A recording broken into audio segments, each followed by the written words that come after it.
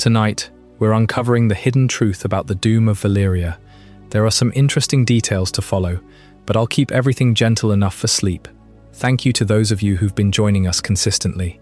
If you're falling asleep with us tonight, let me know in the comments how many nights in a row you've been here. And if this is your first night, just comment night 1. Now back to the video. Imagine a world where the horizon is not defined by the setting sun, but by the constant, flickering amber glow of 14 massive volcanoes. Imagine a sky so thick with dragons that their shadows create a second, moving twilight over the marble streets of the greatest city ever built by human hands. This was Valyria at its zenith. For 5,000 years, the Valyrian Freehold was not just an empire, it was the absolute center of the known world. Its influence stretched across the vast continent of Essos, from the shores of the narrow sea to the distant, mysterious lands of the east. It was a civilization built on 2 pillars that would eventually become its undoing: blood and fire. To understand the tragedy of the doom, we must first understand the sheer, impossible scale of what was lost. Valyria was not ruled by a single king or a queen, but by 40 rival families of dragon lords, noble houses of immense wealth and terrifying magical potency. They saw themselves as more than men, closer to gods, with eyes of violet and hair of spun silver and gold. They practiced arts that have been lost to the ages, forging steel that could hold an edge forever, and raising towers of fused stone that seemed to grow out of the earth itself, rather than being built upon it. They were the masters of the world, and they believed their reign would last for 10,000 years more. But in a single day, in a single hour, it all vanished. The ground beneath their feet, which they thought they had tamed with their sorcery, revolted. The 14 volcanoes, the legendary 14 flames that provided the heat for their forges and the power for their spells, all erupted at once. The very air turned to ash and liquid fire. The sea boiled and turned into a toxic, steaming graveyard. In that one catastrophic afternoon, an entire continent's history was erased. The dragons, the sorcerers, the libraries of ancient knowledge, and the millions of people who called the Freehold home were swallowed by the earth or consumed by the sky. This event, which we now call the Doom, changed the trajectory of the world forever. It left behind a shattered peninsula and a body of water so cursed that sailors still refused to cross it, calling it the Smoking Sea. It left behind a vacuum of power that led to the Century of Blood, and it left behind a single family of survivors who would go on to change the fate of Westeros, the Targaryens. But the question that has haunted maesters and scholars for 400 years is not just what happened, but why. Was it a natural geological event? A simple matter of the earth shifting beneath the weight of too much ambition? Was it a magical accident, a spell of such magnitude that it spiraled out of control and tore the fabric of reality apart? Or was it something more deliberate? There are whispers in the oldest scrolls that the Valyrians had grown too greedy. They dug too deep into the roots of the 14 flames, hungering for the rare ores and gems that fueled their empire. They treated the living mountains as mere mines, ignoring the heat that grew more intense with every mile they descended into the dark. Some say they broke a seal they did not understand, releasing a primal force that had been dormant since the dawn of time. Others suggest that the rivalries between the 40 families had reached a breaking point, and that the Doom was the result of a magical civil war that saw every side use their most devastating weapons at once, leaving no one left to claim the victory. Tonight, we are going to look closer at these theories than ever before. We will explore the prophetic visions of Daenys the Dreamer, the young girl whose terrifying dreams led her father to move their entire household to the lonely island of Dragonstone, 12 years before the fires began. We will look at the nature of Valyrian magic, a system rooted in the sacrifice of blood and the taming of fire, and ask if such a system was ever truly sustainable. We will examine the records of the few who have dared to sail near the ruins in the centuries since, speaking of cities that still glow in the dark and creatures that should not exist. The story of Valyria is a story of the highest heights and the deepest depths. It is a cautionary tale about the price of power and the fragility of even the most dominant civilizations. As we settle in for this journey, let the weight of these ancient mysteries pull you into a state of calm. We are traveling back to a time of dragons and sorcerers, to a world that was beautiful and terrifying in equal measure. We are seeking the truth that lies buried beneath the ash and the waves, the hidden truth about why the greatest empire in history fell silent in the span of a single afternoon. The Valyrians themselves believed they were invincible. They had defeated the great empire of Guise in 5 bloody wars, razed their cities to the ground, and sowed their fields with salt so that nothing would ever grow there again. They had pushed the Rhoynar across the sea and dominated the free cities. They were the masters of the sky and the sea, but nature and magic have a way of reclaiming what was taken. The 14 Flames were not just mountains, they were the heart of the world, and that heart was beating with a rhythm the Dragon Lords had forgotten how to hear. As we peel back the layers of myth and legend, we will find that the doom was not just an end, but a beginning. It was the moment the old world died, and the new world was born in the fires of Dragonstone.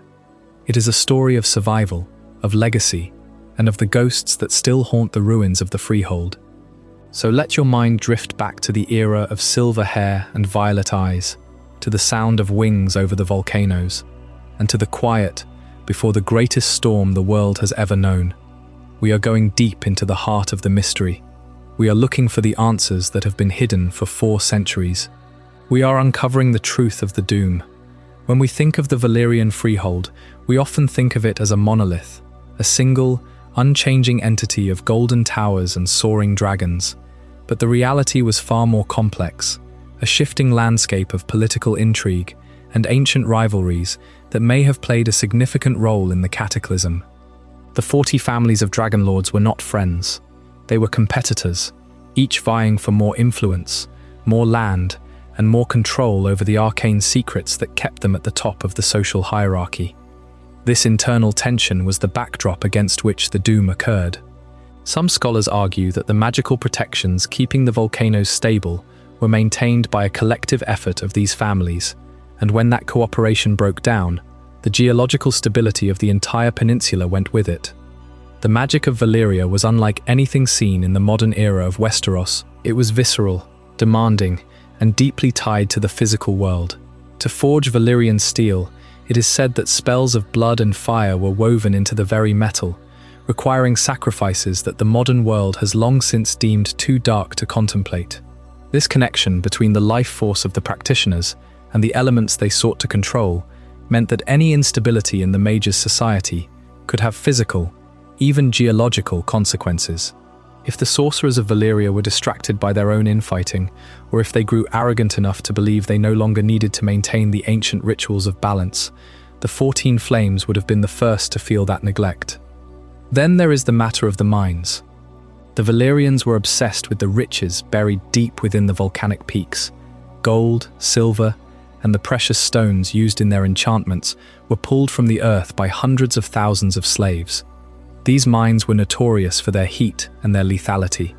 The further down the shafts went, the hotter the air became, until the rock itself seemed to bleed liquid fire. The Valyrians didn't care. They simply sent more people into the depths. There are accounts of miners finding things in the deep dark, creatures of fire and shadow that lived within the molten veins of the world. It is possible that the doom was triggered by a breach in one of these deep mines, a puncture in the world's crust that allowed the pressurized fury of the earth to come screaming to the surface. And what of the Targaryens? They were not the most powerful of the Dragon Lord families. In fact, they were considered relatively minor players in the grand politics of the Freehold. Yet, they were the ones who survived. This survival was not a matter of luck, but of a specific, haunting vision. Daenys the Dreamer saw the end coming. She saw the mountains bursting and the city falling. When her father, Aenar, listened to her and moved his entire household, including their 5 dragons, to Dragonstone, the other noble houses of Valyria laughed at them. They saw it as an act of cowardice, a retreat to a cold, damp rock in the middle of nowhere. But 12 years later, the laughter stopped. The Targaryens became the sole inheritors of the Valyrian legacy, the only people in the world who still held the power to command dragons. This transition of power is one of the most fascinating aspects of the story. It suggests that the doom was not entirely unexpected by those who were truly in tune with the world's magical currents. It raises the question of whether other families had warnings and chose to ignore them, or if the Targaryens possessed a specific type of foresight that was rare even among the Dragon Lords. The weight of this legacy would define the Targaryen dynasty for centuries to come, instilling in them a sense of destiny and a lingering fear of the fire that had consumed their homeland. The aftermath of the Doom left a scar on the world that has never truly healed. The smoking sea remains a place of terror. Travelers tell stories of the water glowing with an unnatural light, of mists that can melt the skin off a man's bones, and of the ruins of Valyria still standing, frozen in the moment of their destruction. It is said that even the birds will not fly over those waters. The few who have attempted to explore the ruins and return, like the adventurer Lannister, are almost never heard from again. Those who do return are changed, their minds shattered by what they saw in the heart of the ash. As we go further into this exploration, we will look at the physical evidence left behind, the fragments of Valyrian culture that survived in the free cities, and the dark rumors that suggest the Doom might not be a finished event, but a slow, ongoing process. We will look at the dragons that remained, the 3 that Aegon the Conqueror eventually brought to Westeros, and how their presence was a constant reminder of the fire that had once ruled the world. The story of the Doom is not just about a city that died. It is about the shadow that city still casts over every king, every knight, and every peasant in the world of ice and fire. So, let the details of this ancient catastrophe wash over you. The heat of the volcanoes, the shimmer of dragon scales, and the quiet, heavy ash of the aftermath. We are piecing together a puzzle that has been scattered across continents and centuries. We are looking for the truth in the smoke. As the world around you fades into the background, focus on the rhythm of the story, the rise and fall of an empire, and the enduring mystery of its final day. This is the journey into the hidden truth of the Doom of Valyria. The scale of the devastation is hard for the modern mind to grasp. It wasn't just that the city was destroyed. The entire landmass was altered. The peninsula, which had once been a solid, fertile arm of land reaching into the summer sea, was broken into a series of jagged islands. The sea rushed in to fill the gaps, creating the smoking sea. The sheer force of the eruptions would have been heard as far away as the wall in the north of Westeros, a low, ominous rumble that signaled the end of an era. The tsunamis generated by the collapse of the land would have battered the coastlines of every continent, drowning ports and reshaping the geography of the world in a matter of hours. In the wake of such a disaster, the immediate concern for the rest of the world was the power vacuum. Valyria had been the stabilizing force, or the oppressive force, depending on who you asked, for thousands of years.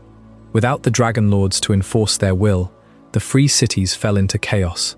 The Dothraki screamed out of the east, sensing the weakness of the sedentary civilizations. This period, known as the Century of Blood, saw the rise and fall of countless smaller kingdoms as they struggled to claim a piece of the world the Valyrians had left behind. It was a time of immense suffering, but also of radical change, as the world learned to live without the shadow of the dragon. But the most enduring mystery remains the nature of the cataclysm itself. There are those who believe that the Valyrians had inadvertently created a magical feedback loop. By using dragons to maintain their power, and using sorcery to maintain their dragons, they had tied their civilization to a source of energy that was fundamentally volatile. Think of it like a dam that is constantly being built higher and higher, holding back a river that only grows more powerful. Eventually, the dam cannot hold. The Doom was the moment the dam broke. The magic that had built the towers and forged the swords was the same magic that fueled the volcanoes, and when the balance was tipped, the result was total annihilation. There is also the theory of the Faceless Men. The secret society of assassins based in Braavos has long been rumored to have had a hand in the Doom. Braavos itself was founded by escaped Valyrian slaves, people who knew better than anyone the cruelty and the darkness of the Freehold. Some believe that the Faceless Men, through a series of strategic assassinations of the mages who kept the 14 Flames stable, deliberately triggered the eruption as an act of ultimate liberation. If true, it would mean the greatest empire in history was brought down not by gods or by nature, but by the very people they had oppressed. It would be a poetic, if horrifying, end to the story of blood and fire. Whatever the cause, The legacy of Valyria lives on in the blood of the Targaryens and the steel of the swords that are still prized by the great houses of Westeros. Every time a Valyrian steel blade is drawn, it is a reminder of the fires that once burned in the 14 flames. Every time a dragon roars, it is an echo of the thousands that once filled the sky over the Freehold. The Doom is the defining event of this world's history, the point where magic began to fade and the Age of Men truly began. As we settle deeper into this narrative, let the questions and the theories swirl around you like the mists of the smoking sea. We are not just looking at dates and names. We are looking at the soul of a lost world. We are exploring the hubris of those who thought they could command the elements, and the tragedy of those who were caught in the crossfire. The hidden truth of the Doom is a tapestry woven from many threads: geology, sorcery, politics, and prophecy. And as we follow each thread, we get closer to understanding the fire that consumed the world. The transition from the height of Valyrian glory to the silence of the ash is a journey that requires us to slow down and listen to the whispers of history. It is a journey through the ruins of the mind and the heart. So stay with me as we descend into the history of the Freehold, as we walk the streets of the city of gold and glass, and as we witness the moment the sky turned red. The answers are there, waiting in the shadows of the 14 flames. We are uncovering the truth, one layer at a time, keeping the atmosphere calm and the story steady. This is the story of the Doom of Valyria, a truth that has been hidden for far too long. The smoking sea is not a place you sail to. It is a place you avoid at all costs, even if it means adding weeks to your voyage. Even the most hardened captains, men who have faced storms that could swallow a fleet whole, whisper stories about those waters.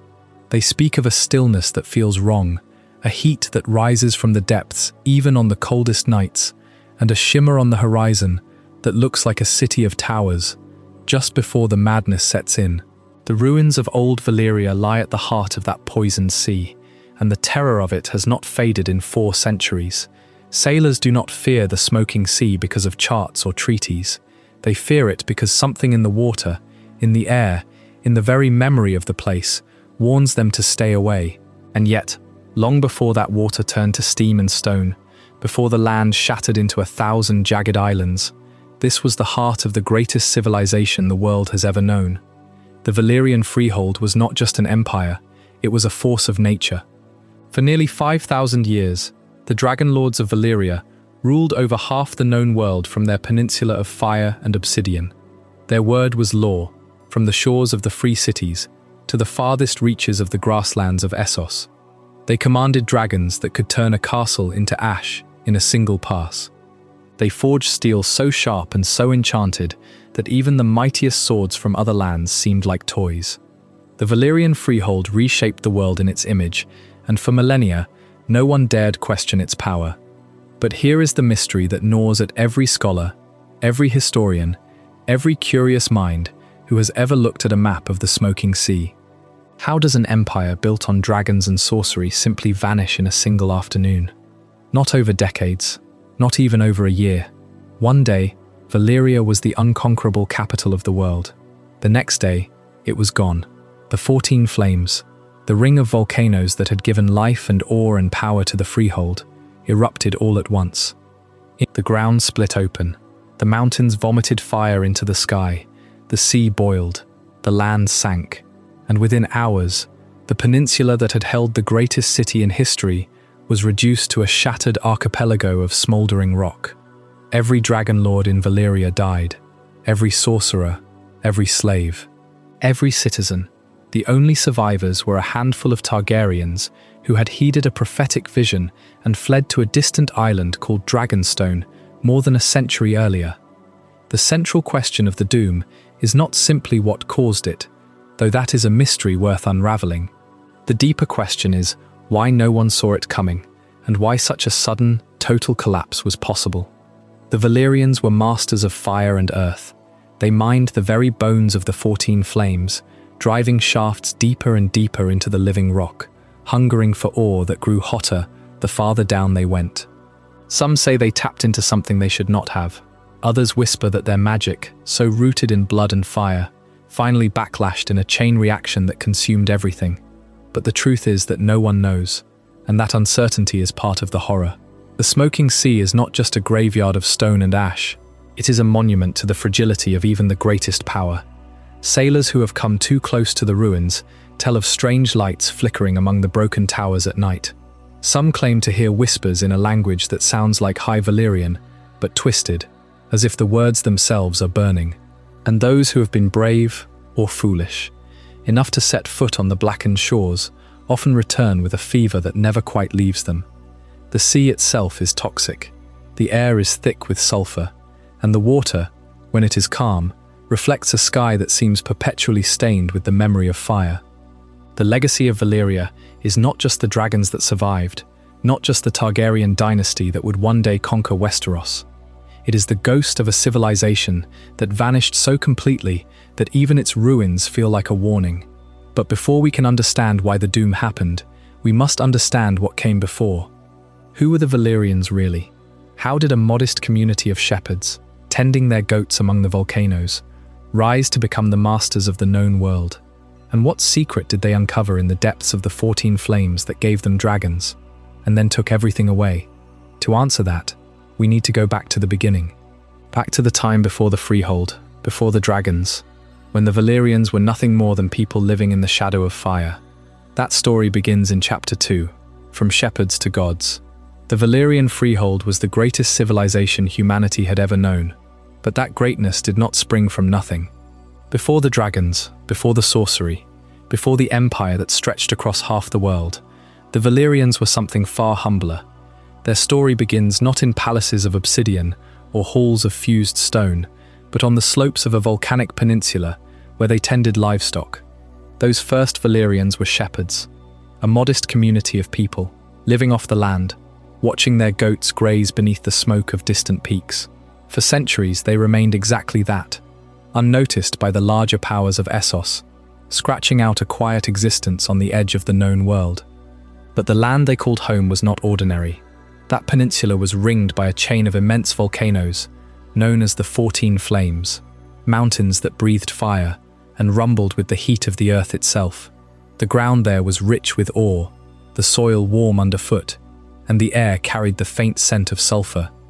The Valyrians learned to live with that restlessness, building their settlements in the shadow of the peaks, never guessing that the very mountains they feared would one day grant them dominion over half the world.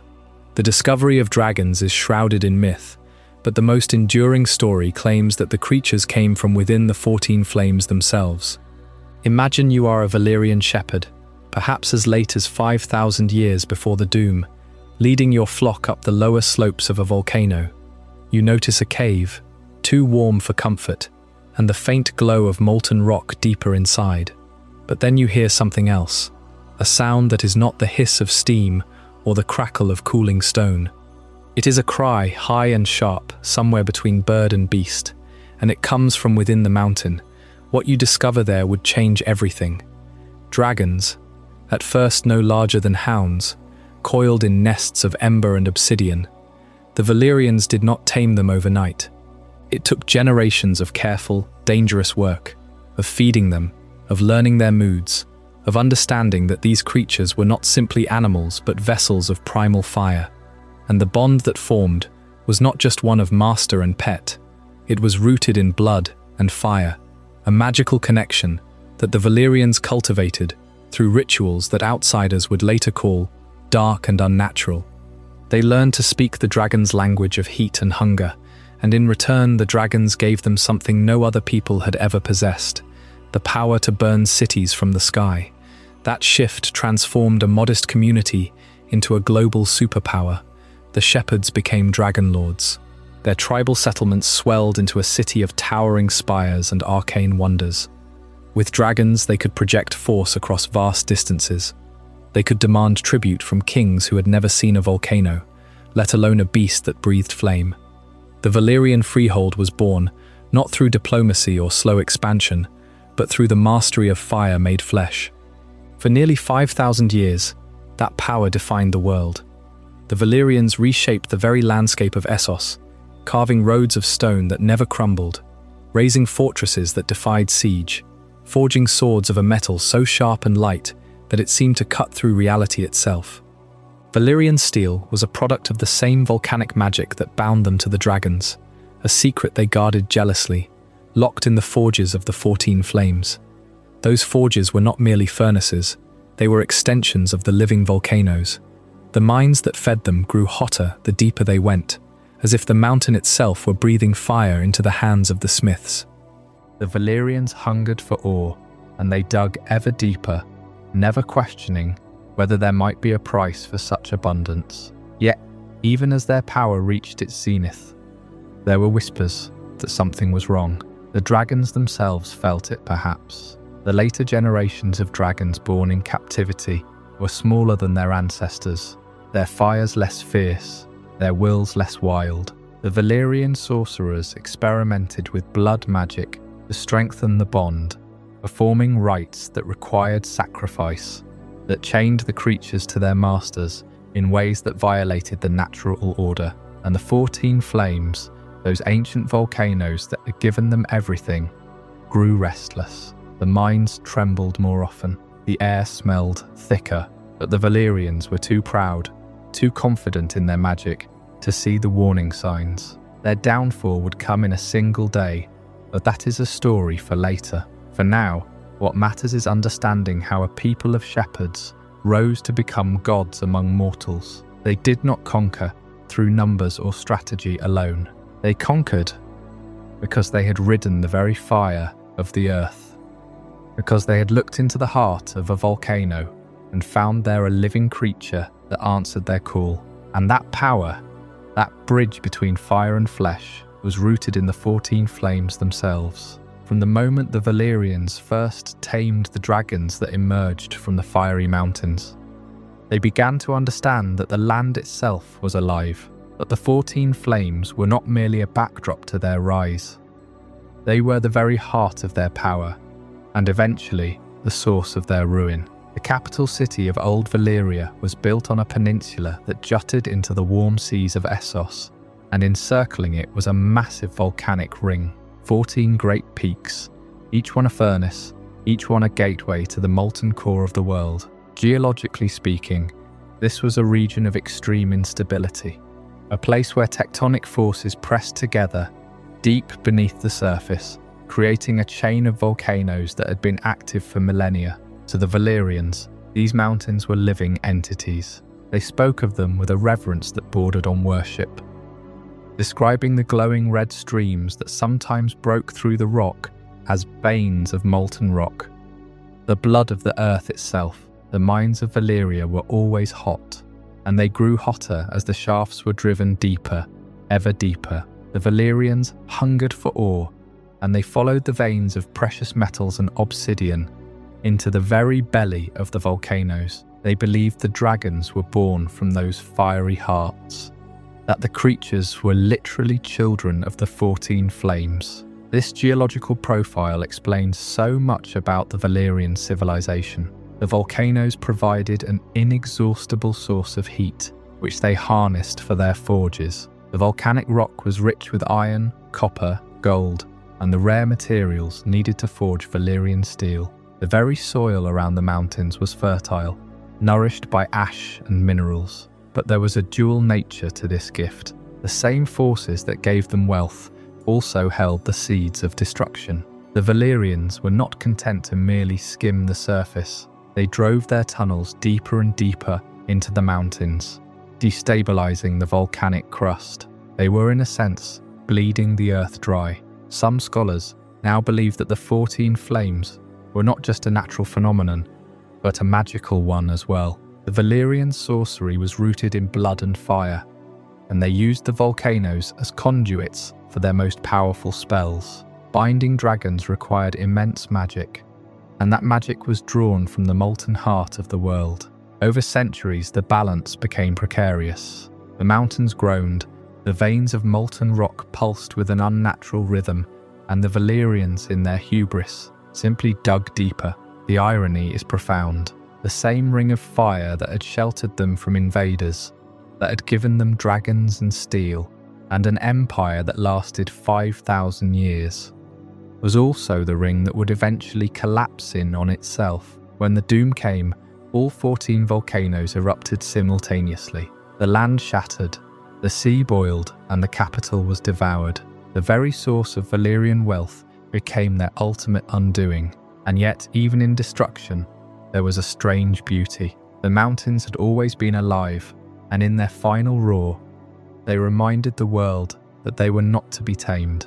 The Valyrians had tried to master the living rock, to bend the veins of fire to their will, but in the end, the earth reclaimed its power. Now, as we begin to understand how the Valyrians actually bound those dragons to their will, a darker question emerges. If the 14 flames themselves were used in that binding, what happened when the bond was broken? The art of dragon binding is a subject shrouded in mystery and blood, and it holds a secret that could rewrite everything we think we know about the Doom. The 14 flames were not merely volcanoes. They were living mountains, their veins of molten rock, pulsing with a heat that seemed almost conscious, as if the earth itself breathed fire.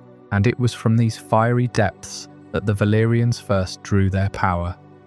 Not just the ore that fed their forges, but the dragons themselves. The ancient tales claim the dragons came from the 14 flames, emerging from the lava like spirits of flame-given flesh.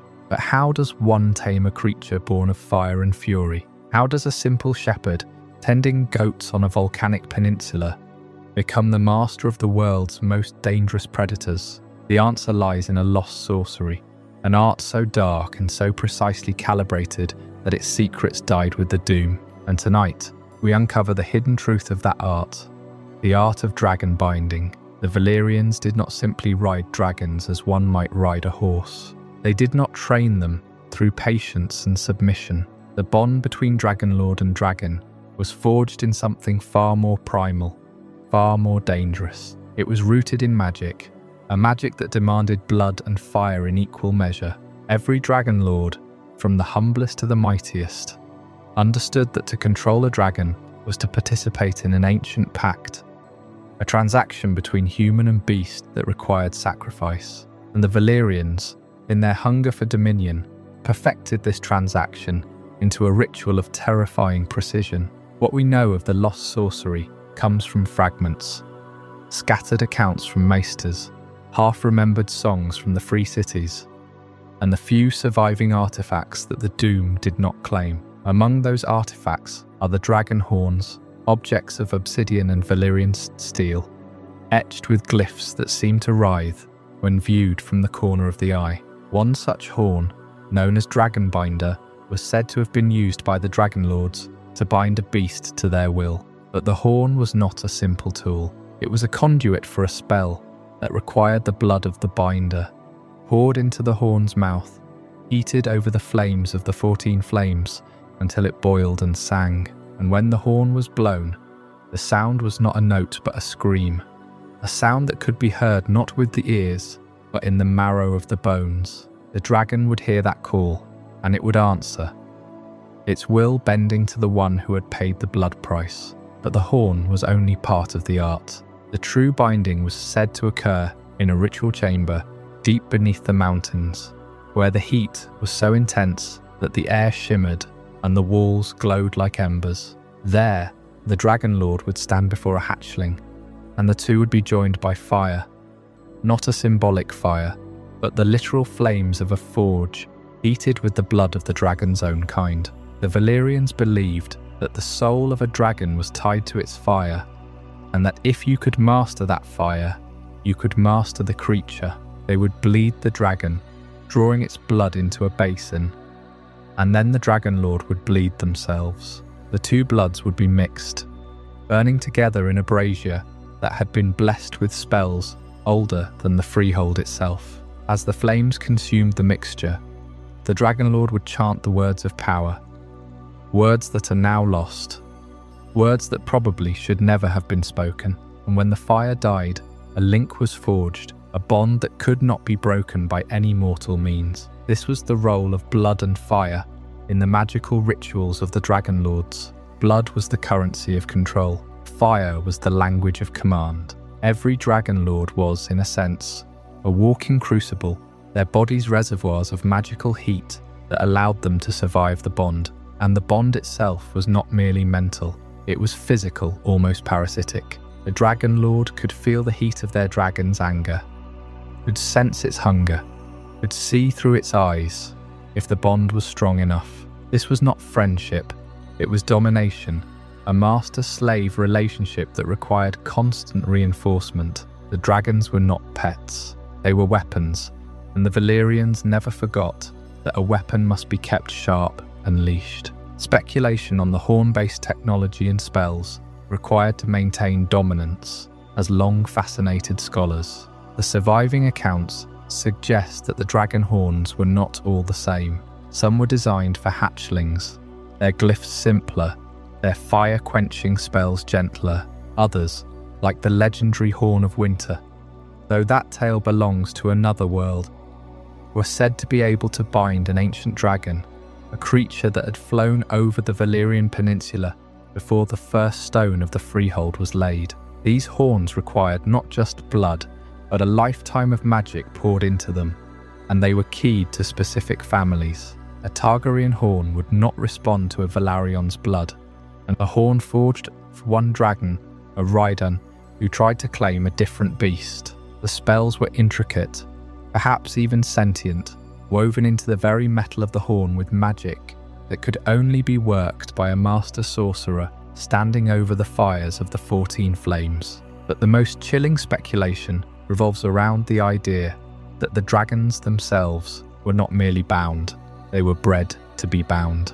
The Valyrians may have manipulated the dragon's genetics, using blood magic to create a race of creatures that were dependent on their human masters for survival. The dragons of the later years, those that the Targaryens brought to Westeros, were smaller than the ancient Valyrian dragons, likely because the bond itself stunted their growth. The rituals of blood and fire came at a cost, and the dragons paid it with their size and their wildness. They became domesticated, easier to control, but they were no longer the titans that once shattered mountains. The doom of the dragons, in a sense, began with the very art that tamed them, and yet for all their mastery, the Valyrians could not control the chaos they had unleashed. The horn-based spells, the blood rituals, the constant manipulation of fire, these were powers that demanded equilibrium, and the Valyrians, in their arrogance, threw that balance off.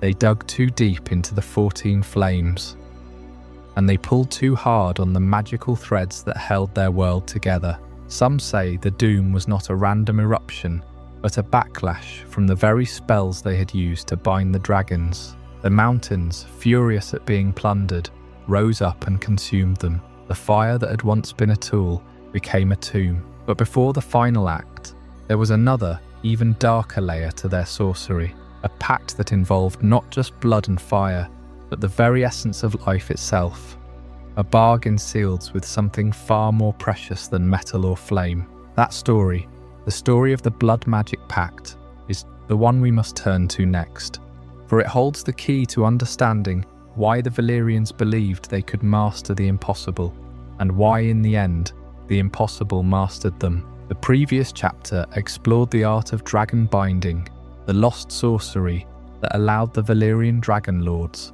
to ride the world's most terrifying predators, and we touched on the phrase that echoed through all their rituals, blood and fire.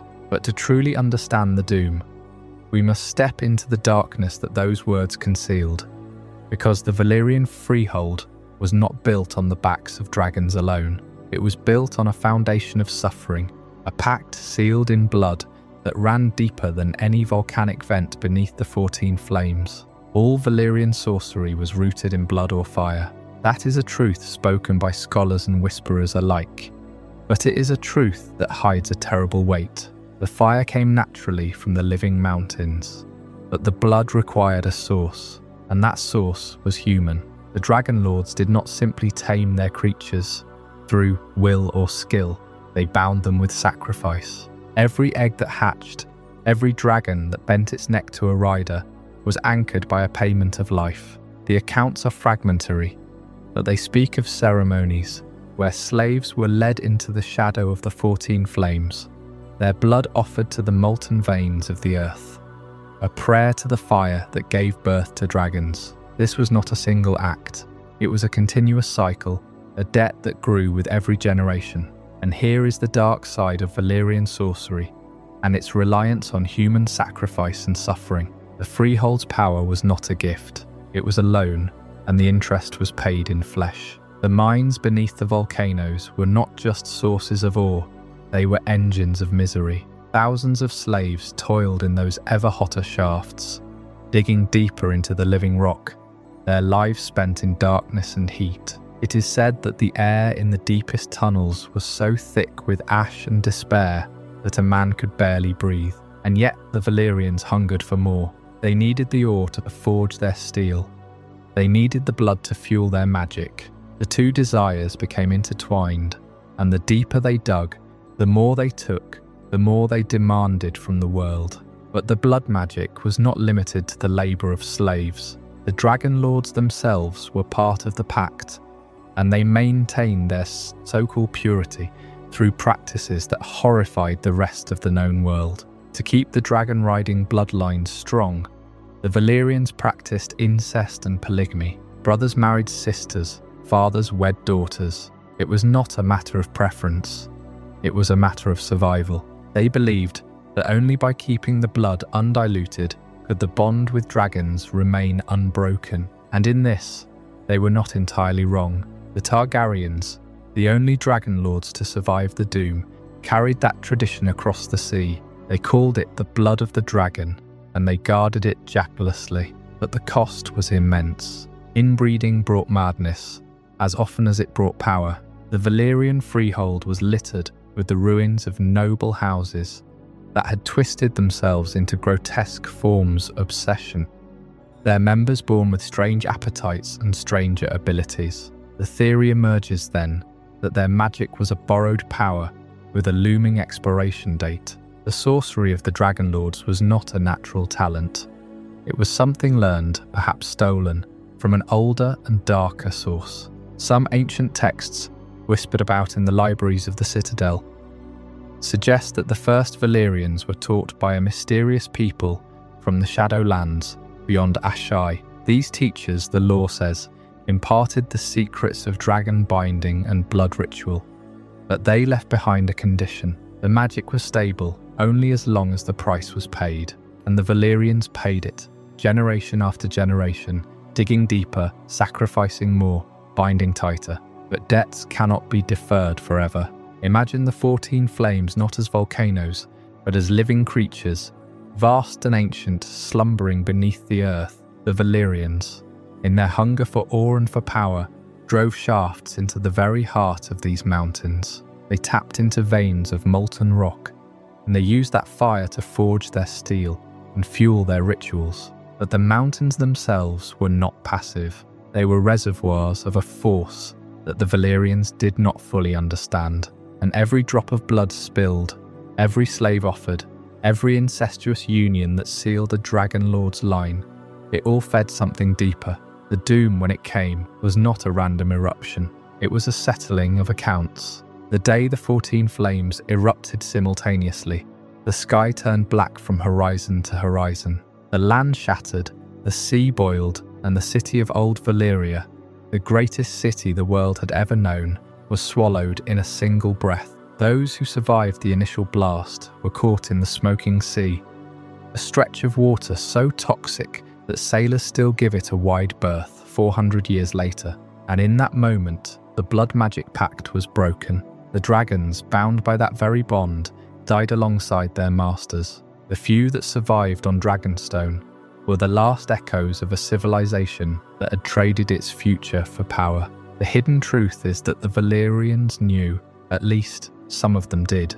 Daenys the Dreamer, that Targaryen woman who foresaw the doom 114 years before it happened.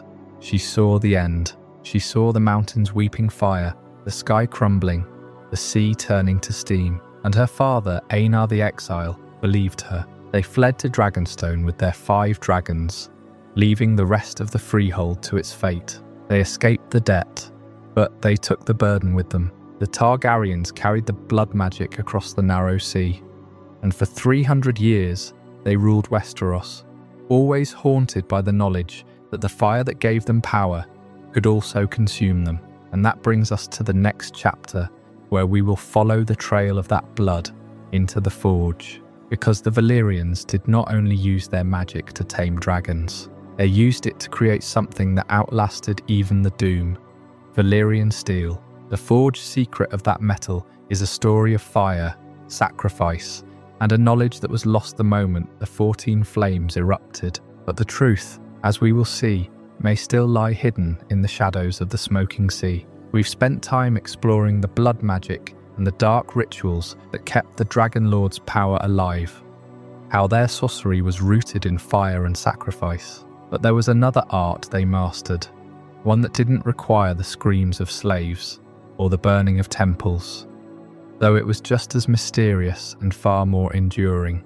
I'm speaking, of course, of Valyrian steel. The blades themselves are legend, but the secret of their forging is something even more elusive. It's the intersection of metallurgy and magic in the creation of the world's finest swords, a process that has never been replicated.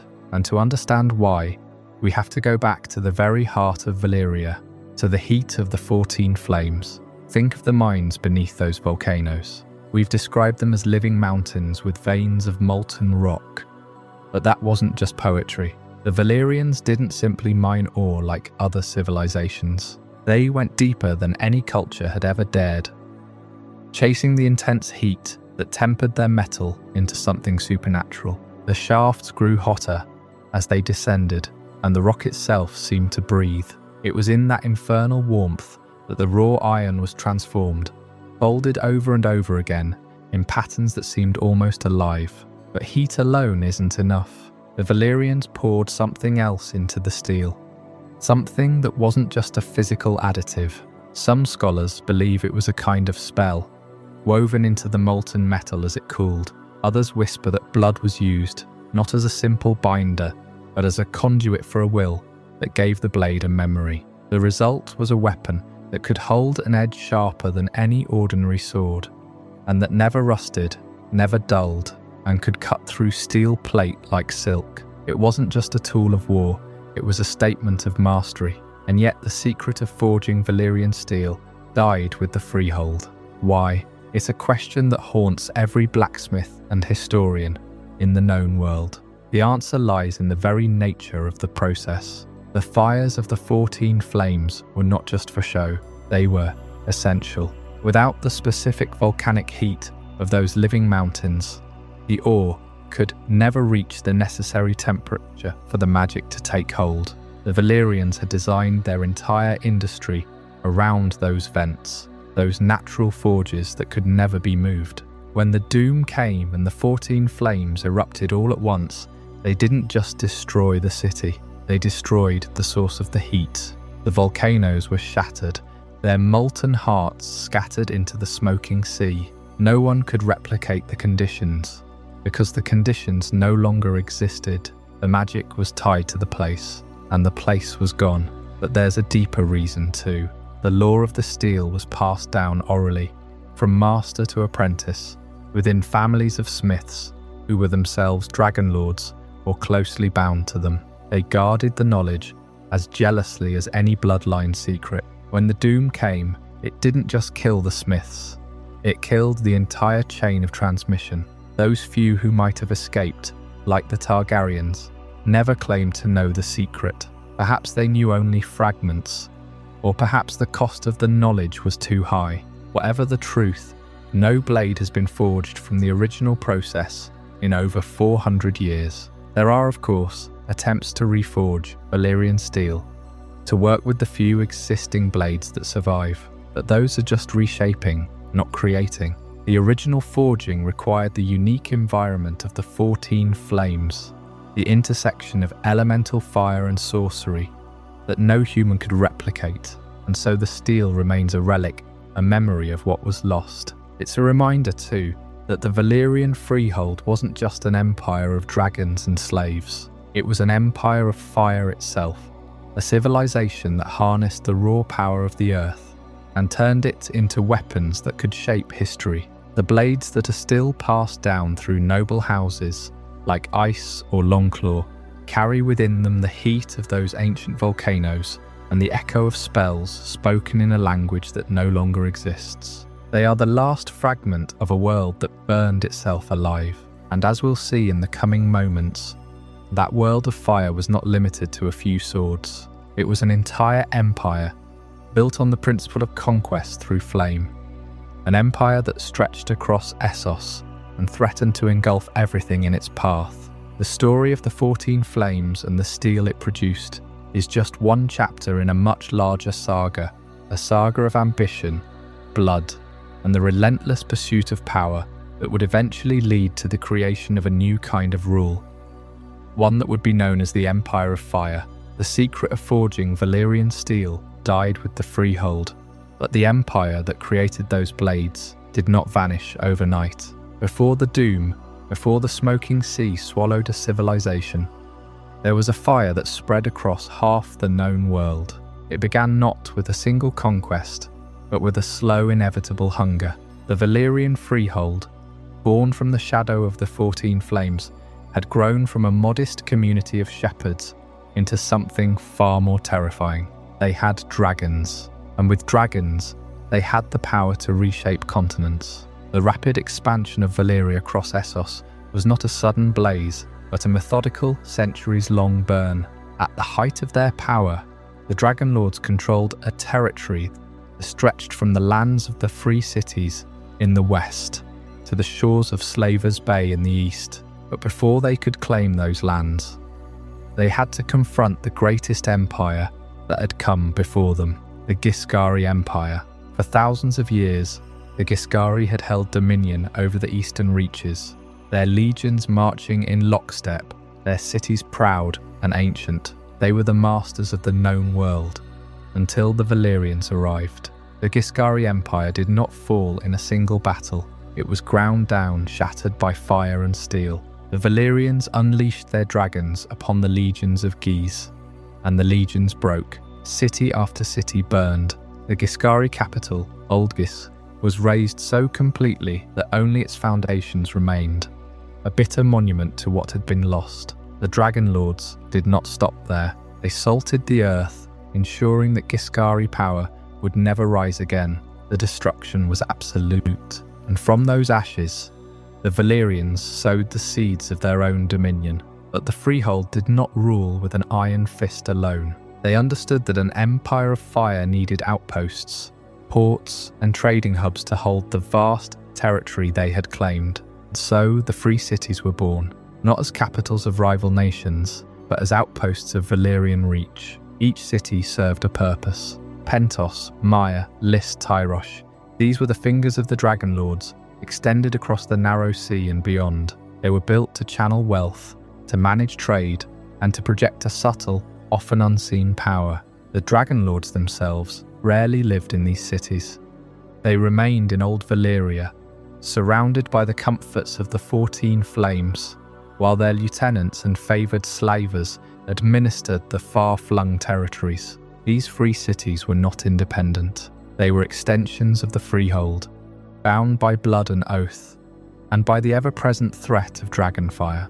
The Valyrian language became the tongue of commerce and command. Their customs spread, their bloodlines mingled, and their influence seeped into every corner of Essos. The Dragon Lords knew that control came not only from conquest, but from the architecture of trade, from the placement of a harbour, from the whispered promise of a dragon's favour. And yet, despite this sprawling appetite for dominion, there was one land they never touched: Westeros. The strategic decision to ignore the so-called backwater of Westeros for thousands of years has puzzled historians and scholars. Why would an empire with the power to cross oceans, with dragons that could melt castles, choose to leave a whole continent untouched? Some say the Dragon Lords looked west and saw only poverty, endless winter, and a land too fragmented to be worth the effort.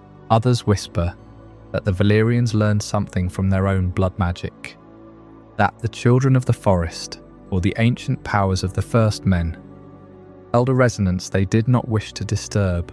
Whatever the reason, Westeros remained free, a quiet corner of the world where the echoes of dragon wings were just a rumour. But the Valyrians did not sit idle. Their hunger for awe, for knowledge, for deeper magic pushed them ever downward into the living mountains of the 14 Flames. The mines of Old Valyria were always hot, and they grew hotter as the shafts were driven deeper, ever deeper. The Valyrians were not content with the surface of the world. They sought the fire at its heart, and in that relentless pursuit, they may have set in motion a force that would one day consume them all. For now, the Empire stands. The dragons rule the sky. The free cities thrive beneath their shadow, and the Giscari are nothing but dust. But the mines grow hotter, and the veins of molten rock pulse with a rhythm older than any dragon. What they will reveal, what price the Valyrians will pay for their ambition, that is a story we are not yet ready to tell, but the ground is already trembling. The Empire of Fire had stretched across the known world, consuming the Giscari in a war of dragon flame and sorcery, leaving the free cities as its commercial arteries. All of that wealth, all that power, had to come from somewhere. And the truth is, the heart of Valyria's wealth was not the sky where its dragons flew, but the earth far below it, beneath the 14 Flames, in a network of shafts that plunged deeper than any other civilization had ever dared. The Dragon Lords fed an unending hunger. The mines of Old Valyria were not simple tunnels scratched into a hillside. They were a descent into the living body of the world itself. The mountains were described as having veins of molten rock and hearts of fire, and the Valyrians, for all their sorcery and their dragons, were ultimately miners who grew drunk on the treasures they ripped from the earth's core. Gold and silver, yes, but more than that. The ore that made Valyrian steel came from these depths. The magic that bound dragons to their riders was whispered to have been sharpened in the heat of these shafts. Every gem that adorned a Dragon Lord's collar, every coin that bought a free city's loyalty, every blade that cut down a Giscari legion, it all began here, in the suffocating dark. This wealth came at a price paid not by the Dragon Lords, but by the countless souls they forced into the pits. The brutal reality of the mining operations beneath the 14 Flames was a horror that the Empire kept hidden behind its gleaming facades.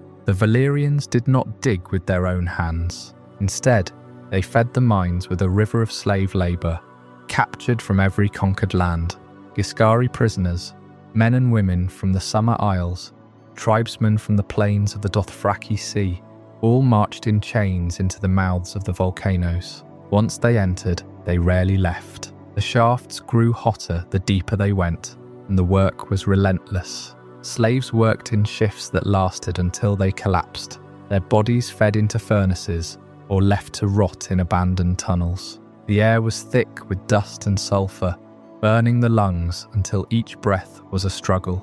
The Valyrians had no care for the lives of these workers. They were a resource, as expendable as the picks and shovels they used. When one slave fell, another was brought in. The mountains were never satisfied. They demanded more.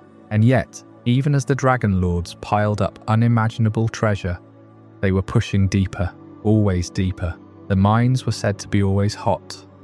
But as the shafts were driven ever further into the earth, that heat became something else. It was no longer the warmth of a forge. It became a searing, unnatural heat that warped picks and cracked stone. Water from underground streams boiled on contact with the rock. The slaves began to whisper of voices in the steam, of shapes moving in the glow of molten rock. The Valyrians, obsessed with their hunger for ore, dismissed these tales. But the heat did not stop climbing.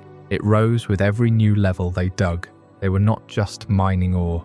They were mining the very foundations of the world, and they had no idea what they were about to unleash. Because the deeper they went, the closer they came to the heart of the 14 Flames themselves. The veins of molten rock became wider.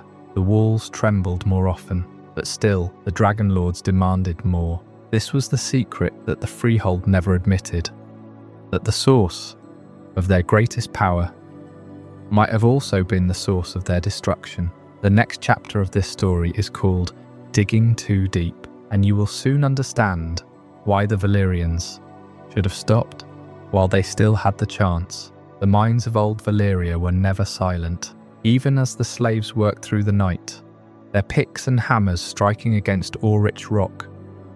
There was always a deeper sound beneath them, a low, constant groan, as if the earth itself was breathing. The tunnels were always hot, but the deeper they went, the hotter it became, and the men who descended into those shafts began to notice things they dared not speak of aloud.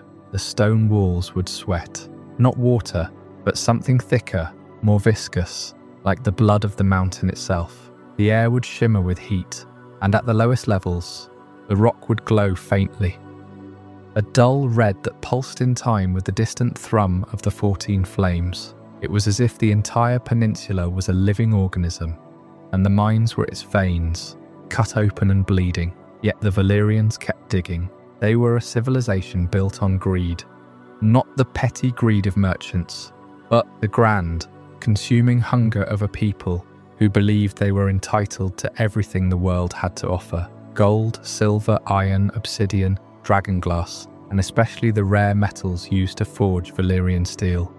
Every layer they peeled back revealed new riches, new treasures, new reasons to go even deeper. And so they did. For centuries, they dug. No warning was loud enough to stop them, no sign alarming enough to make them pull back. This is the theory that has come to be known as digging too deep. It suggests that the doom of Valyria was not a random act of nature, nor a magical backlash from a failed spell, but something far more mundane and far more tragic. The consequence of geological arrogance. The Valyrians destabilized the very crust they stood upon.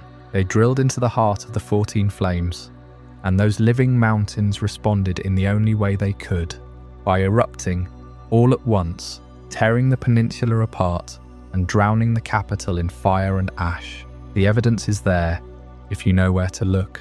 In the old records, there are whispers of the mines growing too hot for even the most hardened slaves to endure. The lower shafts were abandoned in the final years, not because the ore was exhausted, but because the heat became unbearable. Steam vents opened unexpectedly, scalding workers alive.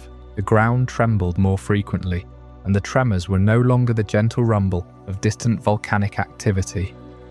They were sharp, violent jolts that collapsed tunnels and buried thousands. But the Dragon Lords did not stop. The wealth flowing upward was too vast. They convinced themselves that the mountain was simply settling, that the heat was a sign of richness. They could push just a little further, extract just a little more. They were wrong. The metaphor of the living mountains is not a poetic exaggeration. The Valyrians themselves spoke of the 14 flames as having hearts of fire and veins of molten rock. They knew the volcanoes were alive in a sense, but they treated them as servants, not as sovereigns. They believed their sorcery, their dragons, and their bloodlines made them masters of all they surveyed. They never considered that the earth beneath their feet might be the one power they could not bend to their will. As the shafts went deeper, they tapped into chambers of superheated gas and liquid stone. The pressure built over millennia, and the Valyrians, in their hunger, drilled into the very walls that held that pressure in check. It was only a matter of time before the balance broke. One tremor, one fissure, one tiny fracture, and the entire system would collapse. When it finally happened, there was no warning loud enough to save them. The 14 flames erupted within hours of each other, sending rivers of lava cascading through every tunnel, every mine shaft, every underground city that had been carved into the mountains. The slaves died first, suffocated or incinerated in the dark. Then the Dragon Lords, caught in their palaces, as the ground split open and the sky turned black. The entire peninsula shattered, sinking into the smoking sea, leaving only scattered islands of blackened rock and twisted metal. And what of those who might have warned them? There are hints in the oldest texts that some among the priesthood of the 14 flames had seen the signs. They spoke of visions of the mountains weeping, of the earth trembling in anger, of a doom that would come if the digging continued. But they were dismissed silenced or simply ignored. The pursuit of short-term wealth overshadowed any long-term wisdom. It always does. So the Valyrians perished by their own hand, buried alive in the tombs they had built for themselves. The tunnels that once held their gold now hold their bones, and the smoking sea remains, a monument to the cost of greed. But there is another thread to this story, one that leads beyond the peninsula, beyond the known world, into a place shrouded in mystery and shadow, a place where the oldest secrets of dragon magic were said to have been born, a place that may have known the Valyrians long before they became masters of the world, and may have seen the doom coming from the very beginning.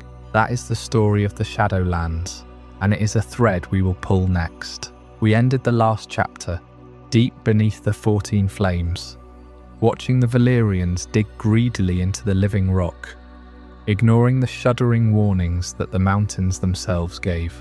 But what if the real danger was not in the mines? What if the seeds of the doom were planted not by the hands of mortal miners, but by something much older, much darker, and far more deliberate? And what if the very source of dragon power, the one thing that made Valyria invincible, was never meant to be theirs? To understand that possibility, we have to turn away from the volcanoes and the mines. We have to look east, the edge of the known world, to a place so shrouded in mystery that even the maps of the Freehold left it mostly blank, the Shadowlands. Beyond the great city of Asshai, past the ruined towers of Stygai, the land grows darker and the light of the sun becomes a dim, greasy stain. And it is there, in the deepest recesses of the shadow, that legend places the origin of the Valyrian dragons. The tales say that the Valyrians were once nothing more than a modest community of shepherds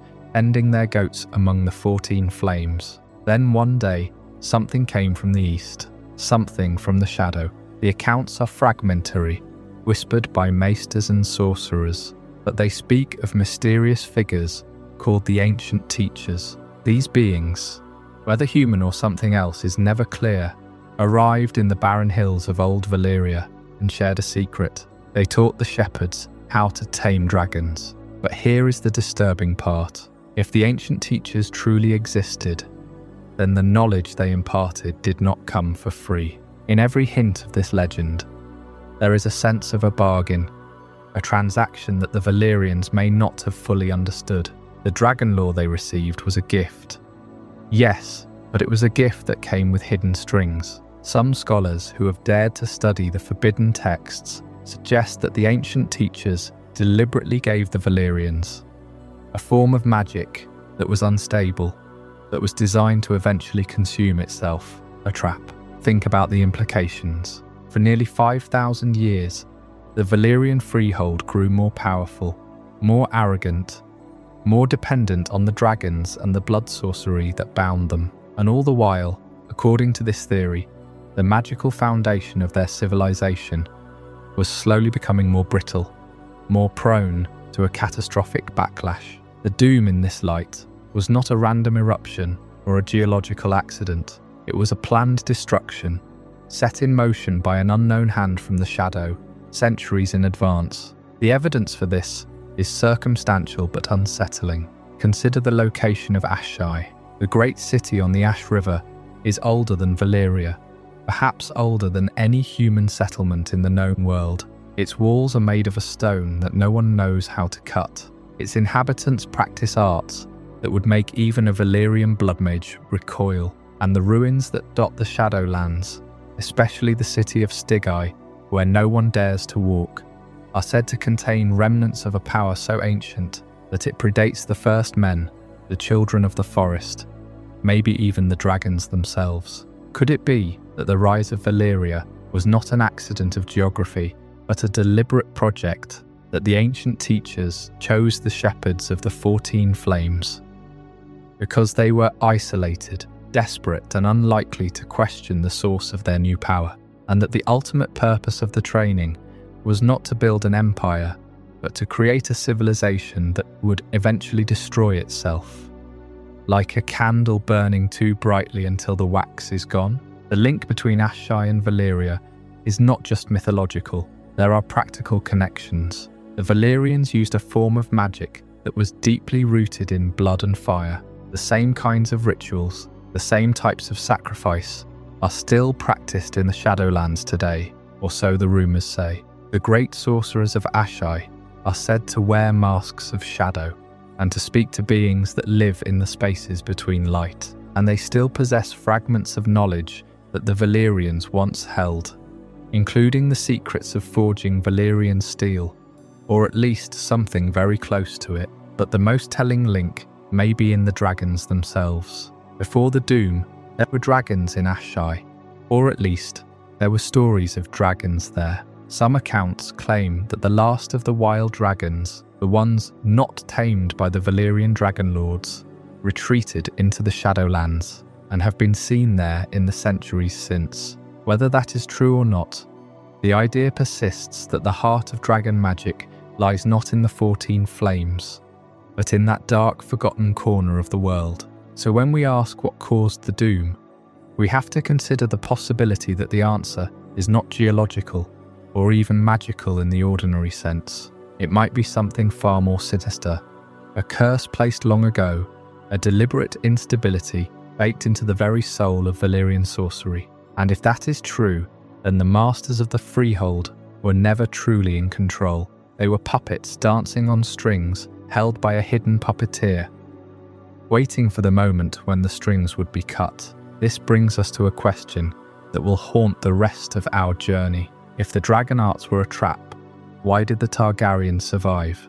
Were they spared because they left in time, or because the ancient teachers had other plans for them? And what about the other families of Valyria?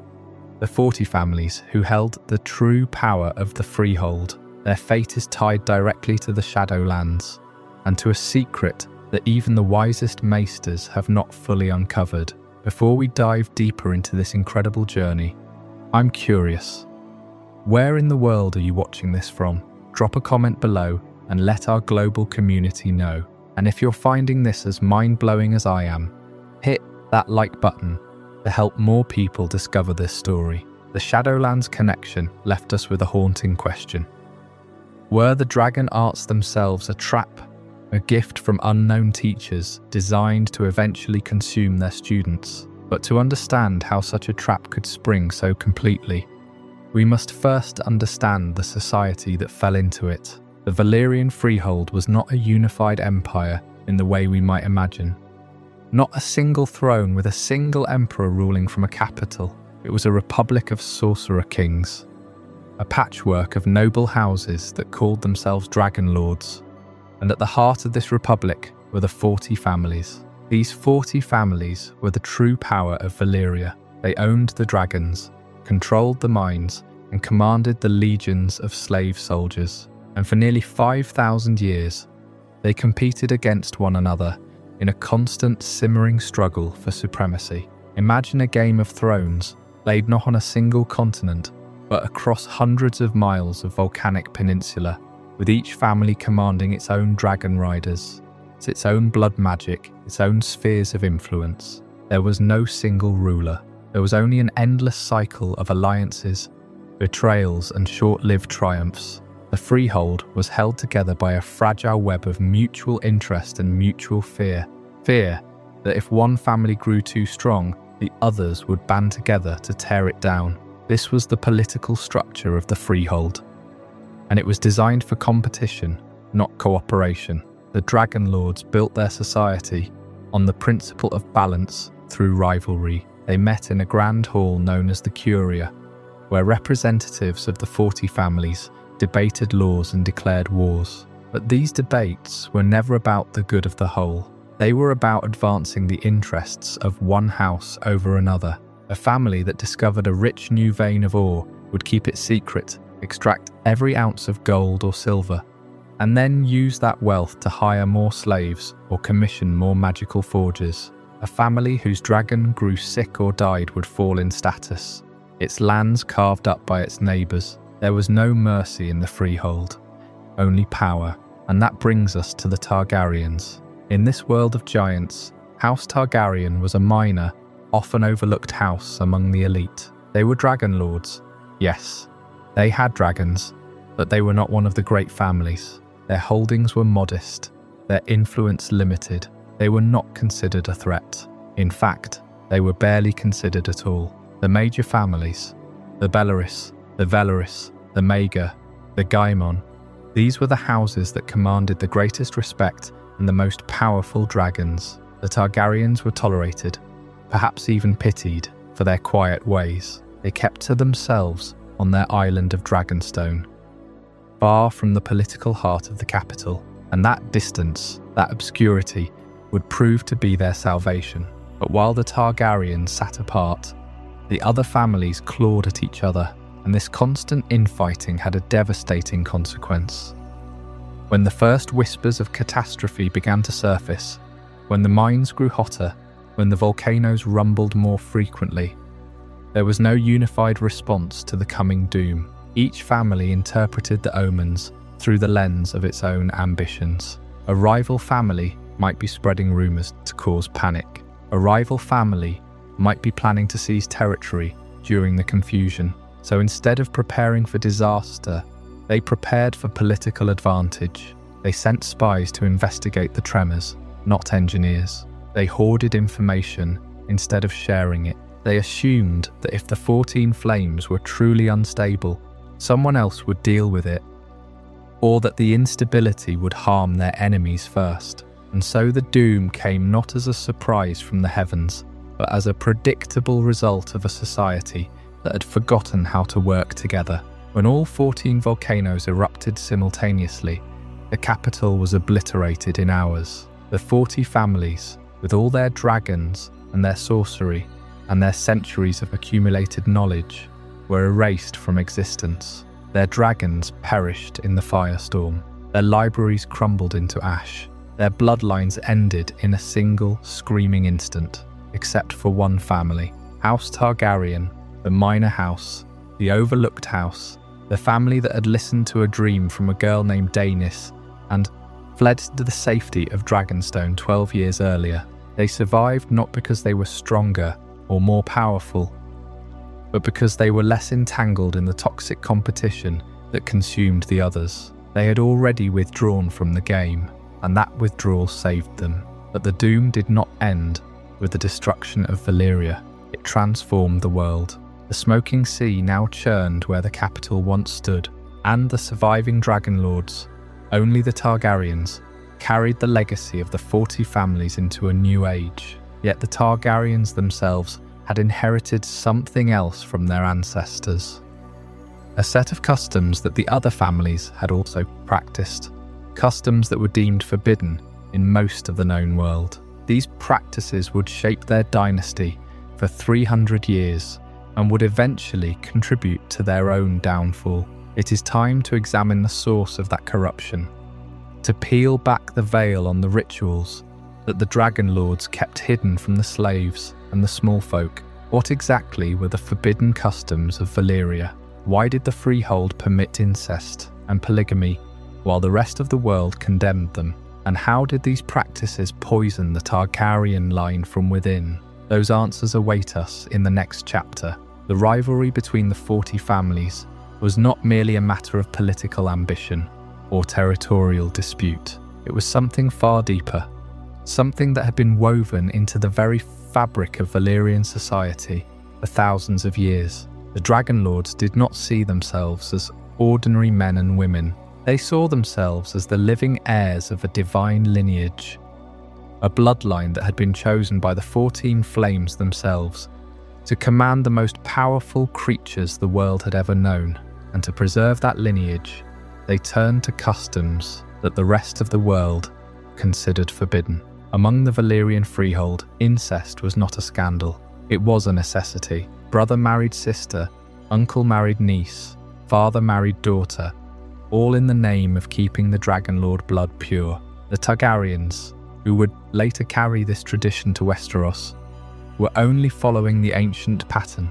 The belief was that the magic that bound a dragon to its rider was not merely learned or trained, it was inherited. It flowed through the veins like liquid fire, and it could be diluted by mixing with lesser bloodlines. So the Dragon Lords closed their ranks. They married within the family, generation after generation, ensuring that the spark of dragon magic never faded.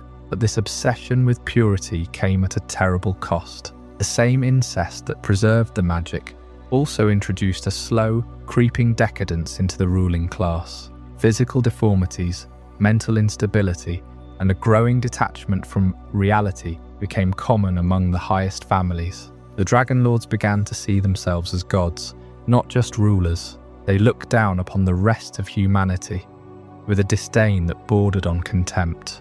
And in their palaces of black stone and fused rock, they surrounded themselves with slaves and sorcerers and elaborate rituals that pushed the boundaries of what was natural. Polygamy was another pillar of this system. A Dragon Lord could take multiple wives, each one chosen for her bloodline, each one a vessel for the next generation of dragon riders. This was not about love or companionship, it was about breeding. The more children a Dragon Lord could father, the more chances he had to produce a child with the gift, and the gift was rare. Not every child of a Dragon Lord could bond with a dragon. Some were born with no affinity at all, so the families bred as many as possible, discarding the failures and hoarding the successes. And yet, even as they perfected this system, something was rotting from within. Some scholars, in the centuries after the Doom, proposed a chilling theory. They argued that the Valyrian customs of incest and polygamy were not just social aberrations. They were a spiritual corruption, a violation of the natural order that had consequences beyond the physical realm. The magic that the Valyrians wielded was rooted in blood and fire, as the old texts say, and blood magic is never without a price. Every ritual, every binding of a dragon to a rider, every generation of inbreeding may have accumulated a kind of spiritual debt, and when that debt came due, the 14 flames themselves called it in. Imagine the Dragon Lords, so blinded by their fixation on blood purity that they could no longer see the world around them. They built their minds deeper and deeper, ignoring the warnings of the hot stone and the trembling ground. They grew complacent, lounging in their palaces while the volcano gods stirred beneath their feet. They did not see the cracks in the earth. They did not hear the whispers of the slaves who said the mountains were crying. All they saw was the glory of their own bloodline, the endless chain of dragon riders, stretching back millennia. And so, when the doom came, they were utterly unprepared. The obsession with purity had become a prison. The Dragon Lords could not imagine a world in which their power could fail, because their power was in their blood, was supposed to be eternal. But the very customs that kept that blood pure were also creating a fragile, inbred aristocracy that had lost touch with reality. They could not adapt. They could not change. They could only continue the same practices until the day the earth opened and swallowed them whole. And what of the rest of the world during this slow decline? What of Westeros, the continent that the Valyrians had always dismissed as a poor backwater? The Dragon Lords never bothered to conquer it, never sent their armies across the narrow sea, never thought of it as anything more than a distant curiosity. But as the doom approached, as the 14 flames began to stir, there was a silence from that side of the world, a quiet that would soon become deafening. And that brings us to our next chapter, the Silence of Westeros. For while Valyria burned, the kingdoms across the water watched in stunned disbelief, and the dragons that survived would eventually find a new home on a lonely island, waiting for the day when a conqueror would ride them to the shores of the 7 kingdoms. The Targaryens, alone among the Dragon Lords, had already turned their backs on the Valyrian Peninsula. Their move to Dragonstone was not a retreat, but a calculated withdrawal, and in that withdrawal, they exposed a truth the Freehold had never fully confronted. Why had the Valyrian Empire, with its thousands of dragons and its sorcerous might, never once attempted to cross the narrow sea and claim the 7 kingdoms? The answer lies not in Westerosi strength, but in Valyrian disdain. The Freehold viewed Westeros as a poor backward land, a place of iron and mud, where petty kings fought over frozen rivers and damp castles. There was no gold to match the endless wealth of the 14 flames. No spices, no silk, no ancient libraries of forgotten lore. The Valyrians had everything they could ever want. Why sail into a storm for nothing? But there was another reason, one that reveals the limits of their power. The narrow sea is not just a body of water, it is a barrier, a magical and geographic boundary that the Valyrians, for all their dragons, seemed unwilling to challenge. The great volcanic ring of the 14 Flames was their heart, their source of power. Every dragon lord, every sorcerer, every mine was tied to that land. To project power across the sea would require outposts, supply lines, and sustained commitment. The Valyrians were not a conquering empire in the traditional sense. They were a network of competing families, each jealous of its own dominance. A campaign to subdue Westeros would demand a unified effort, and the 40 families could not agree on which house would rule the conquered territory. The risk of civil war kept them home. Dragonstone, then, was not a stepping stone for invasion. It was a western watchtower, a lonely outpost at the edge of Valyrian influence. The island's volcanic foundation, its black stone and obsidian shores, mirrored the 14 Flames in miniature. It was Valyria's last whisper across the sea, and it was there that the Targaryens, a family of middling power, chose to make their new home. Aenor Targaryen, Daenys' father, heeded her prophecy and abandoned the capital. He brought with him 5 dragons, not thousands. He brought a handful of loyalists, not an army, and he waited. That isolation became their salvation. When the doom struck, the 14 Flames exploded in a single synchronized cataclysm. The Valyrian Peninsula shattered, the smoking sea boiled, and every dragon within 1,000 miles was consumed. But Dragonstone, separated by hundreds of miles of open water, remained untouched. The Targaryens felt the shockwaves, saw the sky turn black with ash, heard the screams carried on the wind, but they survived. Their dragons survived, and in the silence that followed, they understood that they were the last. The Freehold had never considered Westeros worth conquering. That arrogance, that assumption that the backwater kingdom could wait, became the gift that allowed House Targaryen to return, 102 years later, with fire and blood. The very isolation that had kept Valyria from crossing the sea now made Dragonstone the perfect ark. The Targaryens had not fled weakness, they had fled wisdom, and in that wisdom, they carried the seeds of a new empire.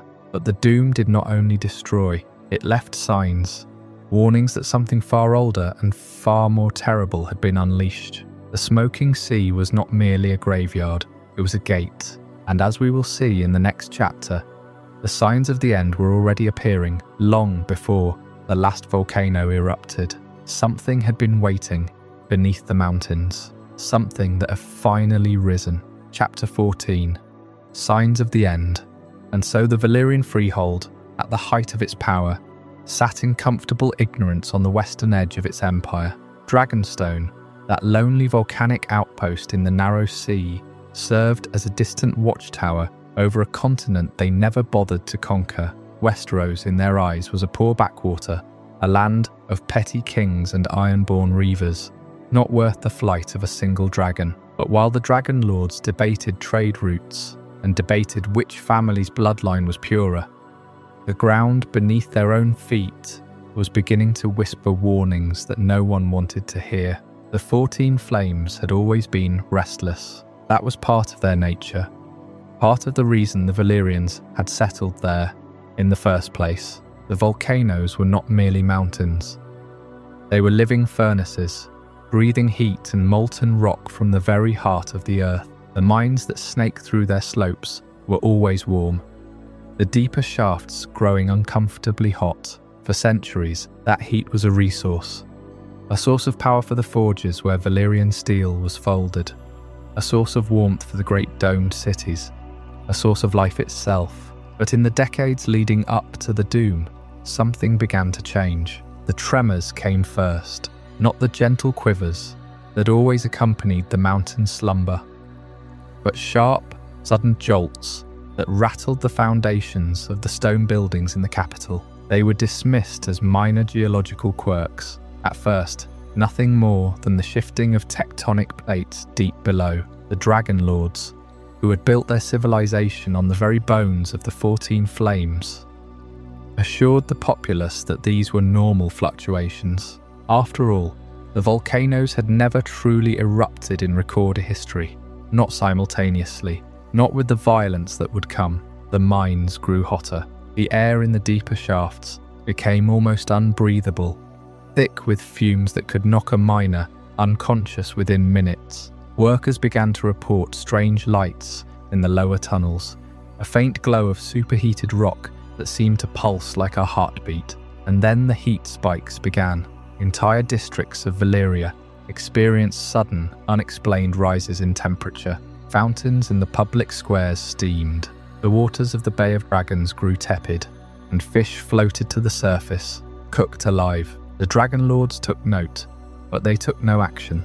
Their priests and their sorcerers argued that the 14 Flames were the source of their power. The dragons themselves were said to have been born from those fiery mountains. To fear the flames would be to deny their own identity. The majority of the Dragon Lords dismissed these signs as mere geological quirks. The prominent families, locked in their endless political games and magical competitions, had little time for omens. The 40 families were busy vying for influence, manipulating the bloodlines, and performing increasingly elaborate rituals to bind their dragons more tightly. The whispers of the earth were drowned out by the roar of the arenas and the crackle of sacrificial pyres. After all, the Freehold had stood for 5,000 years. It was unthinkable that a few tremors and a warm breeze could herald its end. But the truth was far more troubling than anyone admitted. The signs were not random. They were the physical manifestation of something deeply wrong with the very foundation of Valyrian power. The blood magic rituals, which had always been at the heart of dragon bonding and steel forging, were growing unstable. The sorcerers pushed harder, demanding more sacrifices, more fire, more pure bloodlines. The incest and polygamy that had kept the Dragon Lord's magical connection strong were also creating a kind of spiritual pollution, a dark residue that clung to the rituals. The spells that once flowed smoothly began to crackle and spark, like a fire fed with too much oil. In the years leading up to 102 BC, the instability became impossible to ignore.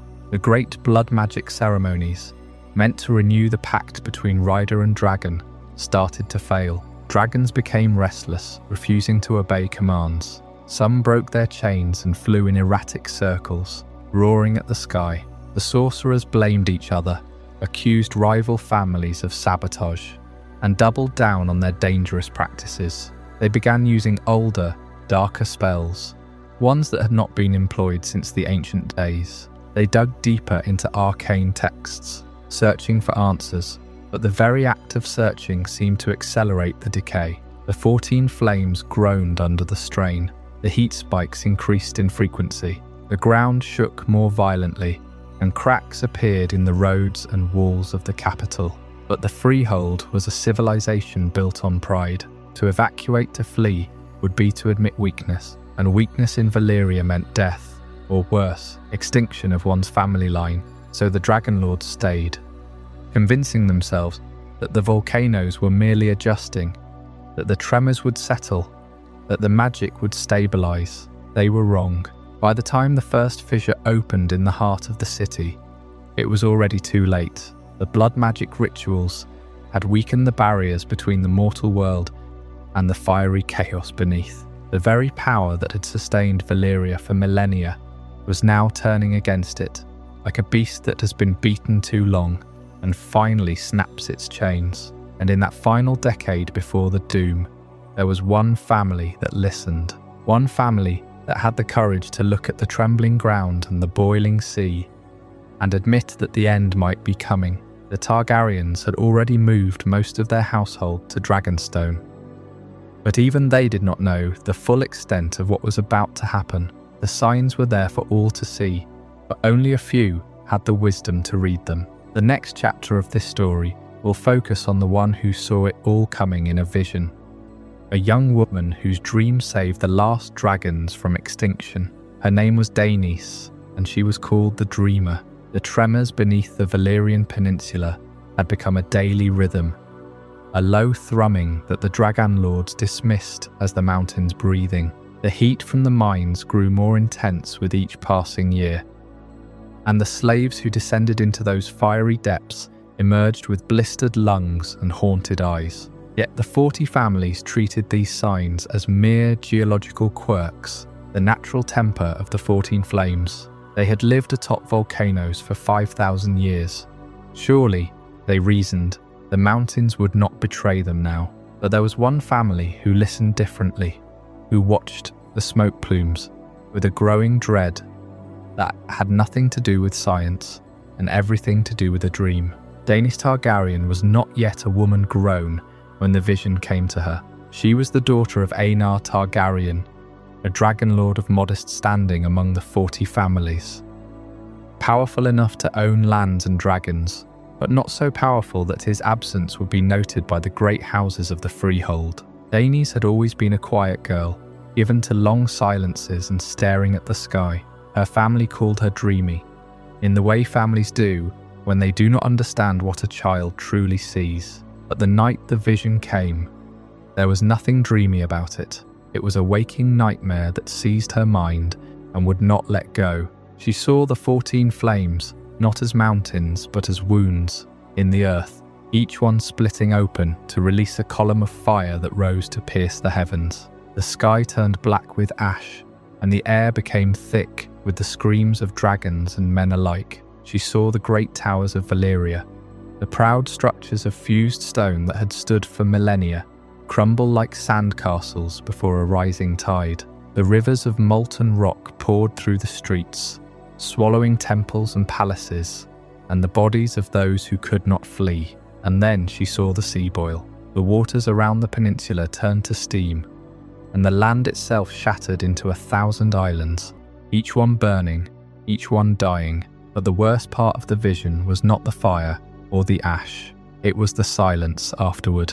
The silence of a world without dragons. The silence of a civilization erased in a single day. Daenys woke gasping, her sheets soaked with sweat, her heart pounding, as if she had run from the cataclysm herself. She tried to tell herself it was only a nightmare, only the fevered imagination of a young girl. Yet the images clung to her mind like smoke, refusing to fade with the morning light. She saw them when she closed her eyes to sleep again. She saw them when she looked at her father's face, at the dragons on their perches, at the volcanic mountains that ringed her home. Aegon Targaryen was a practical man, a lord who had spent his life managing lands and breeding dragons, not a mystic given to portents and prophecies. When Daenys came to him, trembling, and described the vision in excruciating detail, he felt a father's instinct to comfort her, to dismiss the horror as a child's fancy. But Daenys was not a child prone to exaggeration, and the precision of her words unsettled him. She spoke of things she could not have known. The specific number of volcanoes that would erupt, the direction the fire would flow, the shape the broken land would take. She described the colour of the smoke and the sound the earth would make as it tore itself apart. Aegon listened, and something cold took root in his chest. He began to ask questions. He consulted the ancient records of the Freehold, the scrolls that described the founding of Valyria, and the nature of the 14 flames. He spoke to scholars who studied the volcanic activity. Though they dismissed his concerns as the anxieties of a nervous lord, he even sought out the whispers of the sorcerers, who practiced the blood magic that underpinned Valyrian power.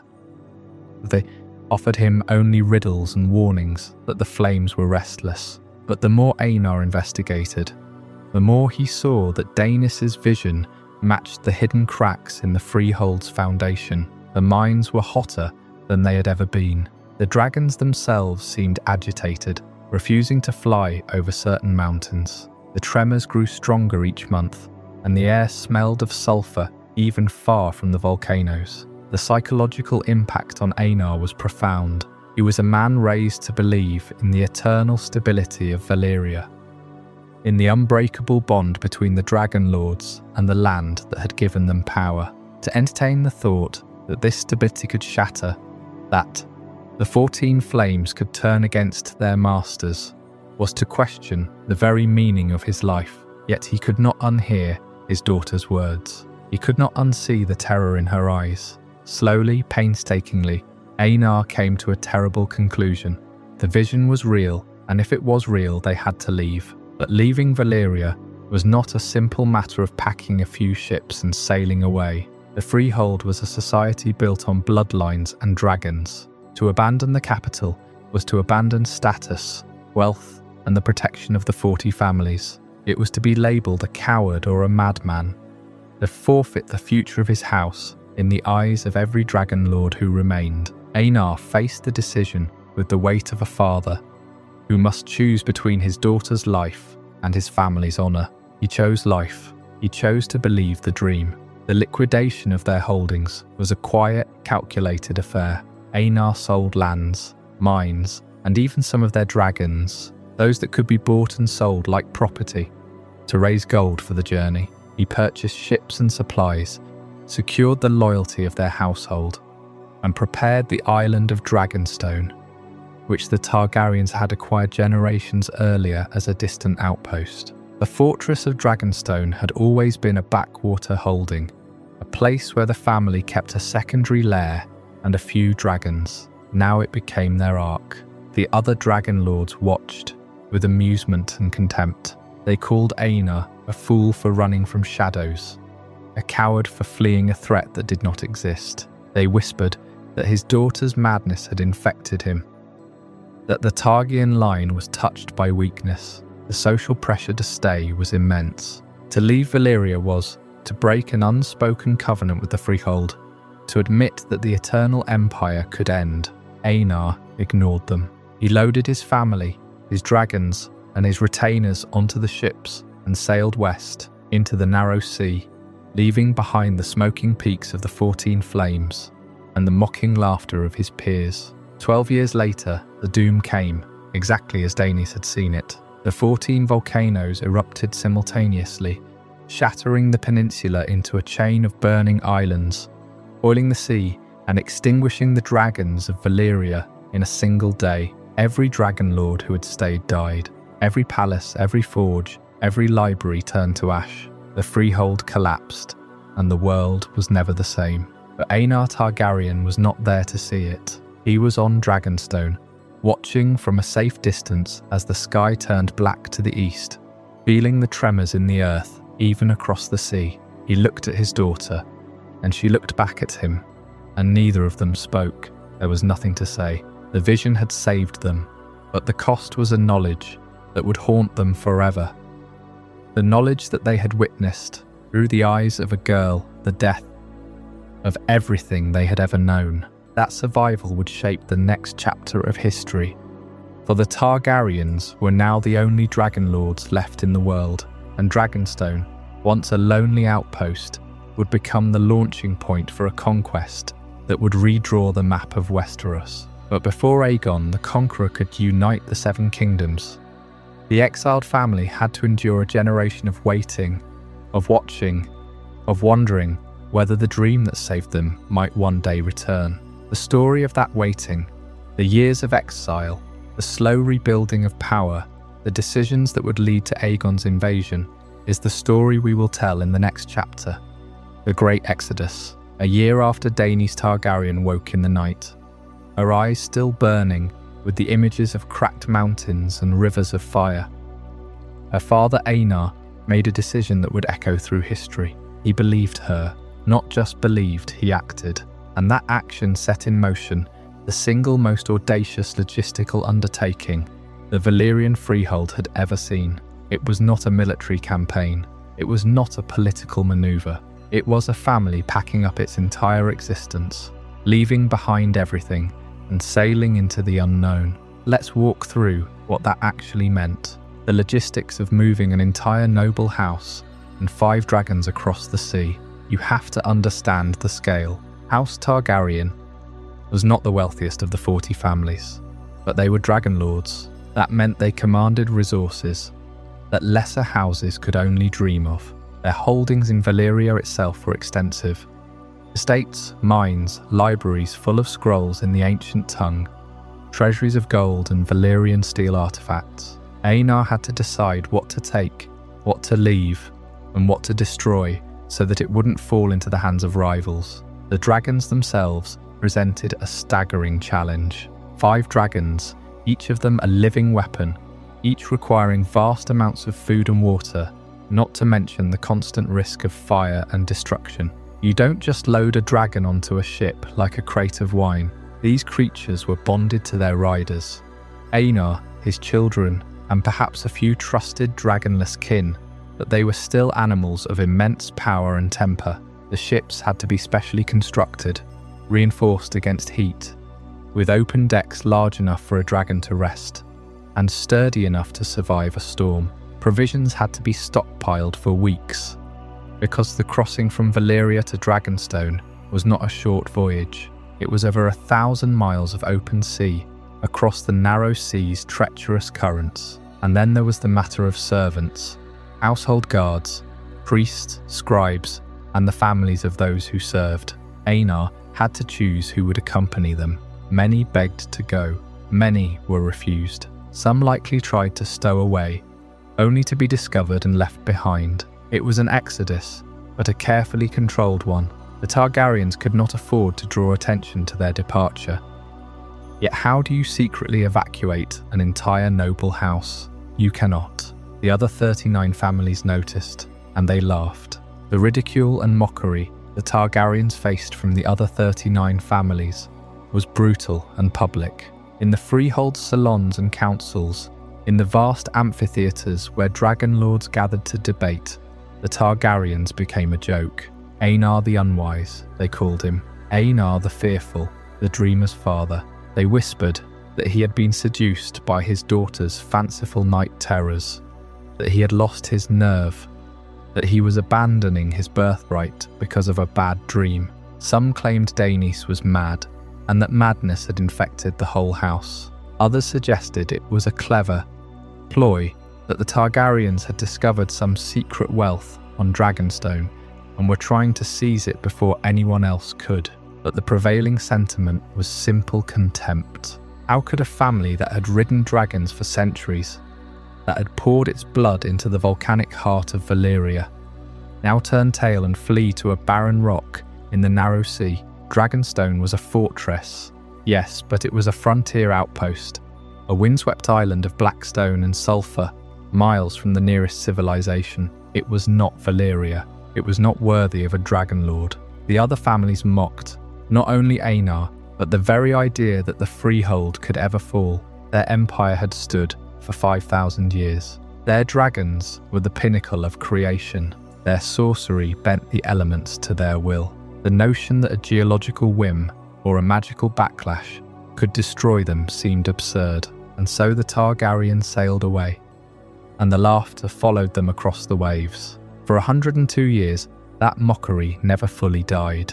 The Targaryens were a cautionary tale, the family that ran away from nothing. They were whispered about in the free cities, not with respect, but with pity and scorn. Aenar's descendants, living on Dragonstone, were seen as diminished, almost fallen, a shadow of what they had once been. But then the doom came, and in a single day, every one of those mocking families was erased from the earth. The 40 families that had ruled the Freehold, that had commanded legions of dragons and sorcerers, that had laughed at Aenar's cowardice.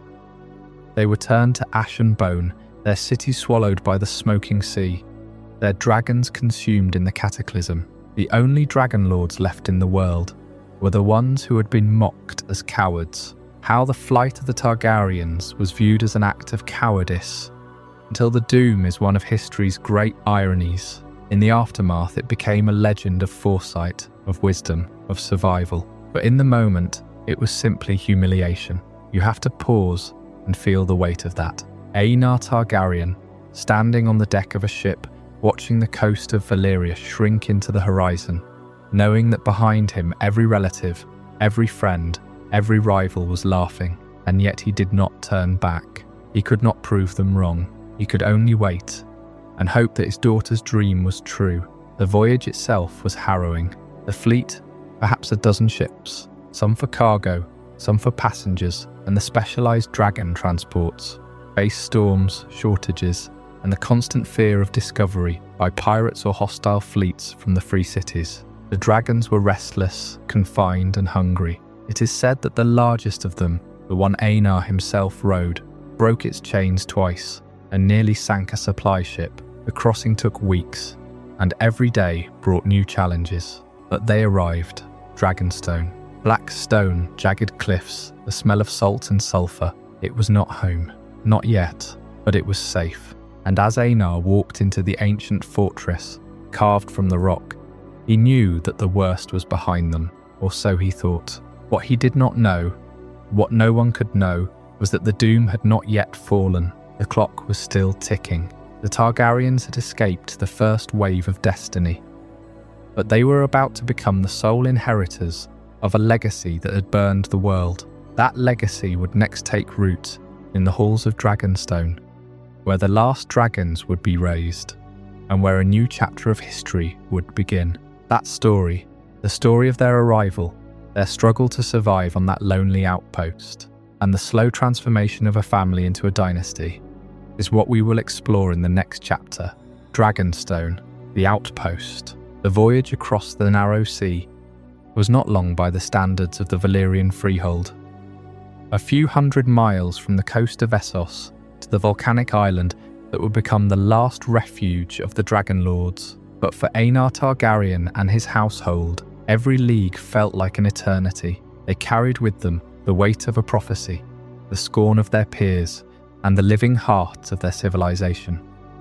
5 dragons, each one a smouldering ember of the power that had once burned across half the world. When the black stone walls of Dragonstone first rose from the morning mist, it must have seemed both a sanctuary and a cage. The fortress itself had been raised by Valyrian hands centuries before, a grim outpost carved from dark stone and fused by dragon flame. It was not a place of beauty, it was a place of purpose. The Targaryens did not build Dragonstone.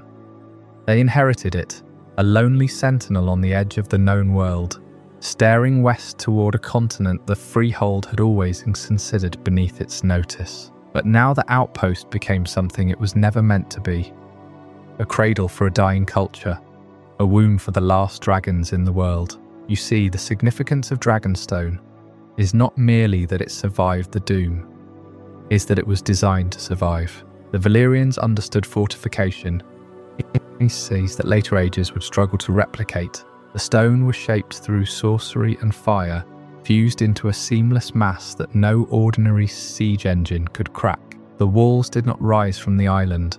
They seemed to grow from it, as if the rock itself had been commanded to defend the Dragon Lords. And that was exactly what the Targaryens needed now. A command, a place where they could hold their breath and wait for the end they knew was coming. They did not arrive empty-handed. Along with their dragons, they brought scrolls and tomes, the genealogies of their bloodline, the secret arts of Valyrian steel forging. Though those arts were never fully replicated again, and the rituals that bound rider to beast, they brought the language, the customs, the incestuous marriages that kept the blood pure, and the polygamous unions that strengthened their alliances within the house. Every practice that had drawn the contempt of other families was carefully preserved, because the Targaryens knew that their power was not in their armies or their wealth, but in their blood, and that blood could only remain potent if it was never diluted. So on Dragonstone, they built a miniature Valyria, not in scale certainly. The island was too small for grand palaces or sprawling cities, but in essence, they raised their children in the old tongue. They burned the traditional incense in their chambers. They kept the old calendar, marked the old festivals, and whispered the old prayers to gods that had long since forgotten them. The dragons were housed in the great stone caverns beneath the fortress, where the volcanic heat kept the air warm, and the stone floors were smoothed by centuries of talons. There, the last 5 dragons of the Freehold nested, Valerian, Varga, Meraxes, and 2 others whose names have faded into the smoke of history. They were not the largest of their kind, not yet, but they were alive, and that was everything.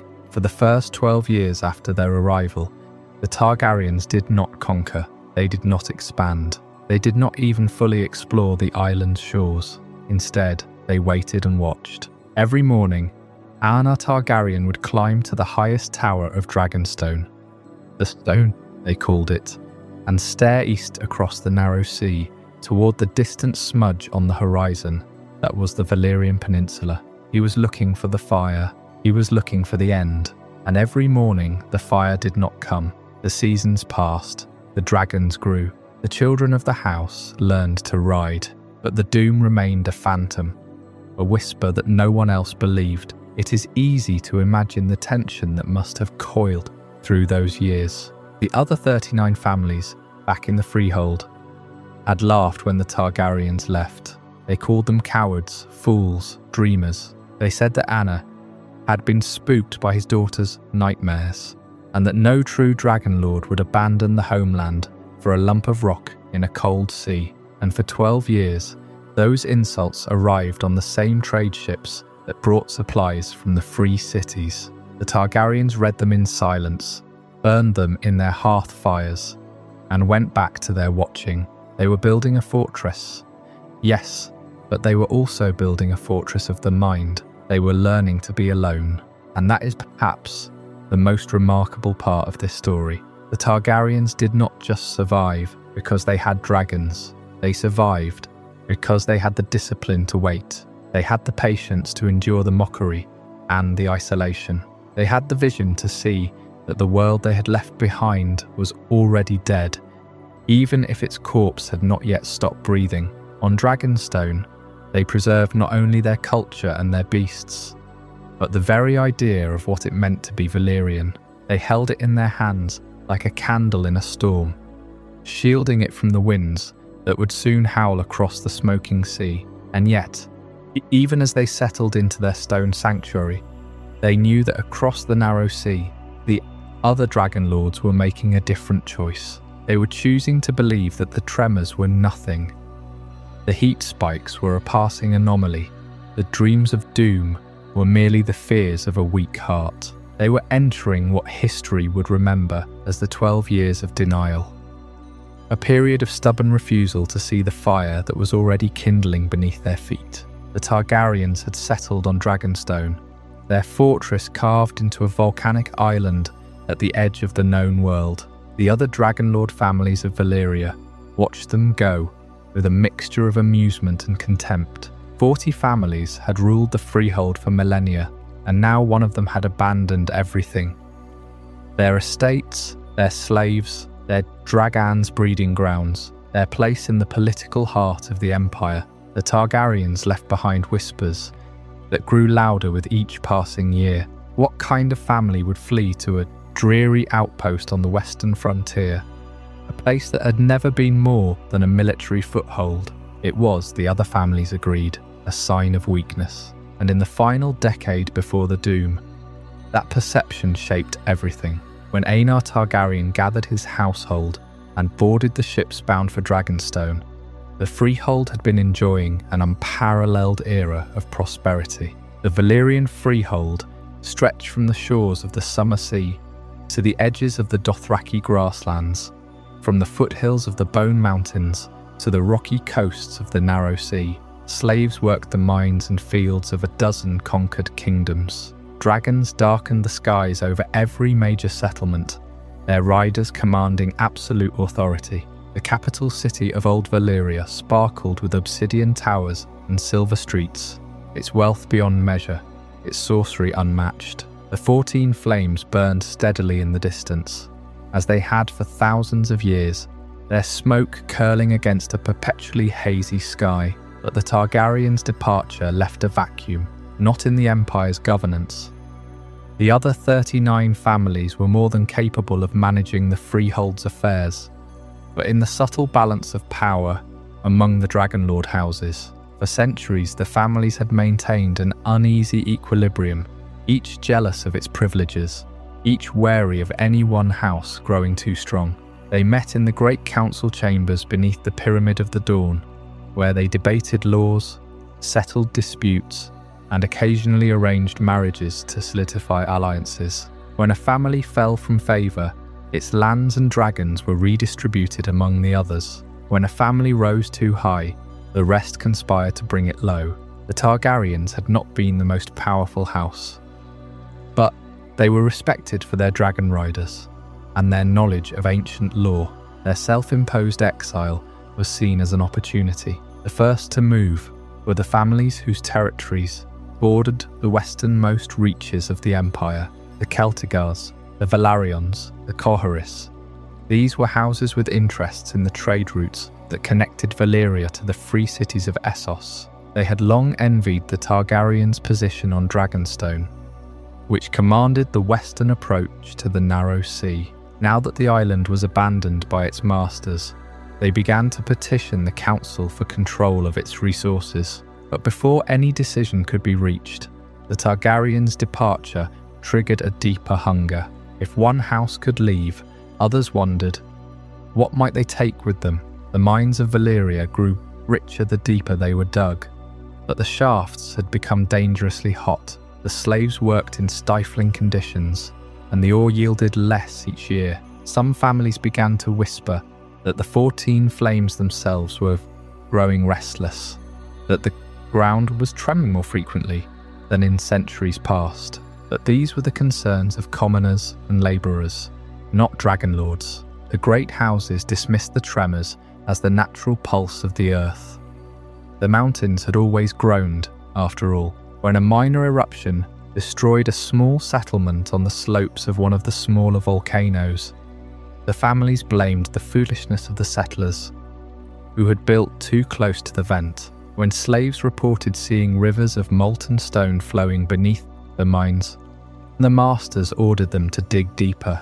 The Valyrian economy depended on the flow of ore, and the families could not afford to admit that something might be wrong. To acknowledge the danger would be to admit that the empire's foundation was unstable, and that was unthinkable. So the denial took root. It spread through the capital like a quiet sickness. The council chambers buzzed with debates about trade tariffs and border disputes, but no one spoke of the changing landscape. The priests of the 14 Flames performed their rituals as always, offering sacrifices to the volcanoes and interpreting the smoke patterns as messages from the gods. They declared the tremors a sign of the mountain's approval, a sign that the Valyrian bloodline remained favoured. The Dragon Lords believed them, or at least pretended to. It was easier to believe a lie than to confront the truth. And then there were the other family's dragons. Without the Targaryen presence, without their dragons, which had been among the largest and most fearsome in the Freehold, the remaining houses scrambled to assert dominance. They bred their dragons more aggressively, hoping to produce offspring that could rival the Targaryens' lost beasts. They poured resources into dragon training, into sorcery, into anything that might give them an edge. The competition grew fierce, and the council became a stage for petty rivalries and vengeful schemes. Families who had once worked together now plotted against one another. They stockpiled weapons, reinforced their mansions, and hired mercenaries to protect their territories. The false sense of security that permeated the Freehold was built on a fragile foundation of denial and ambition. In the year that the Targaryens completed their exodus, the tremors became more frequent. In the second year, a series of earthquakes shook the capital, toppling several ancient structures. The council ordered repairs and blamed the damage on shoddy construction. In the third year, the smoke from the 14 flames turned a strange shade of red, and the sky grew dark for 3 days. The priests declared it a good omen, a sign that the gods were pleased. In the fourth year, a dragon collapsed during a flight over the capital, its rider barely surviving the fall. The dragon was discovered to have lung damage from the volcanic ash. The family that owned it quietly put it down and tried to breed a replacement. 5 years after the Targaryens left, the mines were producing half the ore they had a decade earlier. The shafts had become so hot that even the most hardy slaves could work for only a few hours at a time. The Dragon Lords raised taxes on the conquered territories to compensate for the loss, but the unrest grew. In the 6th year, a rebellion broke out in one of the eastern provinces, and it took 3 Dragon Lords and their mounts to suppress it. In the 7th year, a massive volcanic eruption buried a city of 10,000 people under ash and rock. The council declared it a tragedy, but they insisted it was an isolated incident. They sent aid to the survivors and ordered the rebuilding of the city in a different location, further from the volcano. By the 8th year, the Freehold was beginning to show cracks. The economy was faltering, the slaves were growing restless, and the Dragon Lords were too busy squabbling among themselves to recognize the larger threat. The families that had once filled the vacuum left by the Targaryens now filled it with fear and suspicion. They accused one another of hoarding resources, of plotting treason, of weakening the empire. The council sessions grew longer and more contentious. No one dared to suggest that they should follow the Targaryens' example, that they should flee while there was still time. To do so would be to admit that the Targaryens had been right all along, and that was a truth too bitter to swallow. The final 2 years before the Doom were a study in extreme denial. The ground trembled daily. The sky was often dark with ash. The seas around Valyria began to churn, and strange tides washed against the shores. The dragons themselves grew uneasy, refusing to fly near the 14 flames. The Dragon Lords blamed the dragons' behaviour on poor training. They insisted that the eruptions were cyclical, nothing more than a natural rhythm that had occurred many times before. They pointed to ancient records that described similar events that had passed without catastrophe. They convinced themselves that the worst was behind them. But deep beneath the capital, in the labyrinthine tunnels of the mines, the heat was building. The veins of molten rock that the Valyrians had so greedily tapped were awakening. The mountains were not sleeping. They were holding their breath. And in the final months before the Doom, the tremors grew so violent that even the most obstinate Dragon Lord could not ignore them. Still, they stayed. They stayed because they could not imagine a world without Valyria. They stayed because their pride outweighed their fear. They stayed because they believed, with all their hearts, that the Empire was eternal. But eternity came to an end on a single day, when the 14 flames erupted as one, and the sky turned to fire, and the land shattered into 1,000 scattered islands. And somewhere across the sea, on the island of Dragonstone, a family who had chosen to listen to a dreamer's vision watched the horizon burn.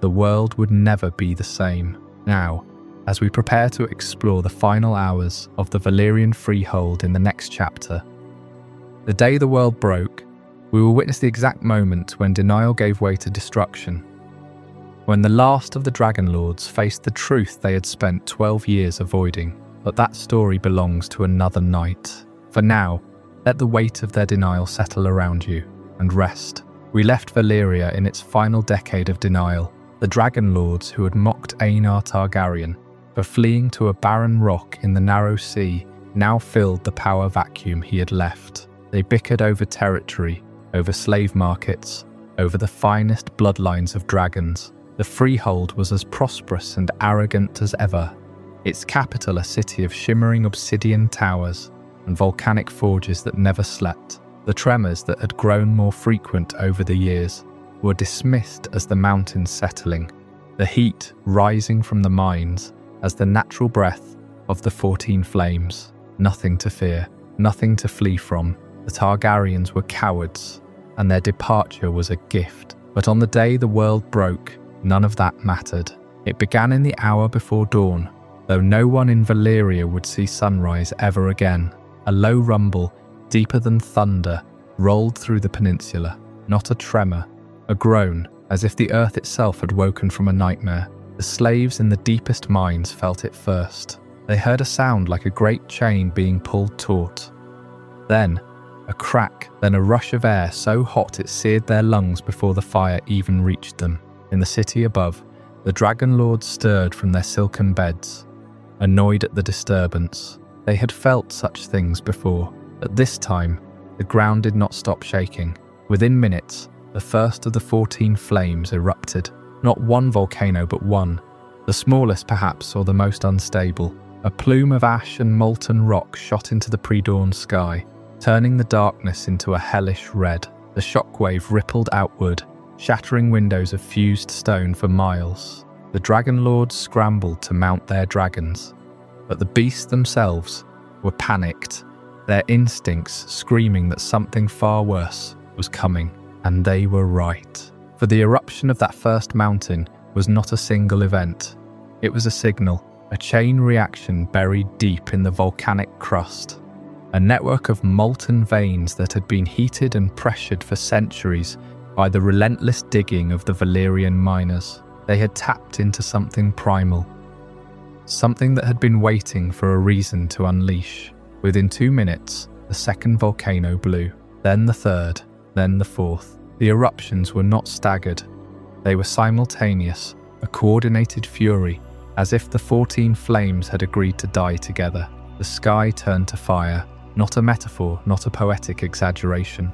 The very air became a sheet of orange and crimson, laced with black smoke and rivers of liquid stone.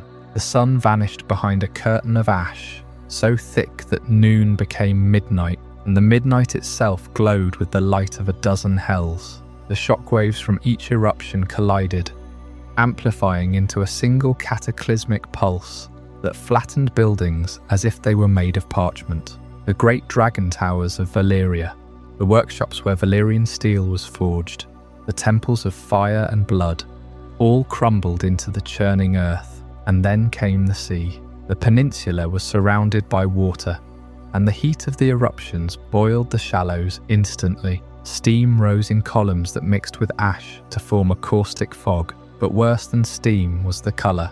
The sea turned to blood. Not literally, of course, but the minerals and sediments churned up from the ocean floor, combined with the ash and the light of the firestorms, gave the waves a deep, rust-red hue. The water itself seemed to be bleeding, and where the lava met the sea, explosions of superheated steam tore ships apart, and the dragons that tried to flee over the water fell screaming as the air became too hot to breathe. This was the doom. Not a war, not a plague, not a curse, though it felt like all three. It was a geological and magical cataclysm, the simultaneous eruption of all 14 volcanoes, the release of pressure that had built for millennia. The Valyrians had dug too deep, had hungered for ore and fire, and the mountains had answered with fury. But the scale was beyond anything recorded in history. The shockwaves travelled for hundreds of miles, shaking the ground in Volantis and Lys, toppling walls and sending tidal surges across the narrow sea. On Dragonstone, Aenar Targaryen and his daughter Daenys felt the tremors from across the water, and they watched the horizon turn red. In the city of Valyria itself, there was no escape. The Dragon Lords mounted their beasts in desperation.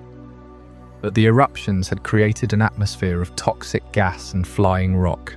Their dragons could not breathe. Some were struck by falling boulders of pumice the size of houses. Others were thrown from the sky by the shockwaves, and those that managed to climb above the ash found no shelter, only a sky that had become a furnace, where the heat alone could melt the wings of a dragon. The minute-by-minute reconstruction is simple but horrifying. At 0 minutes, the first eruption.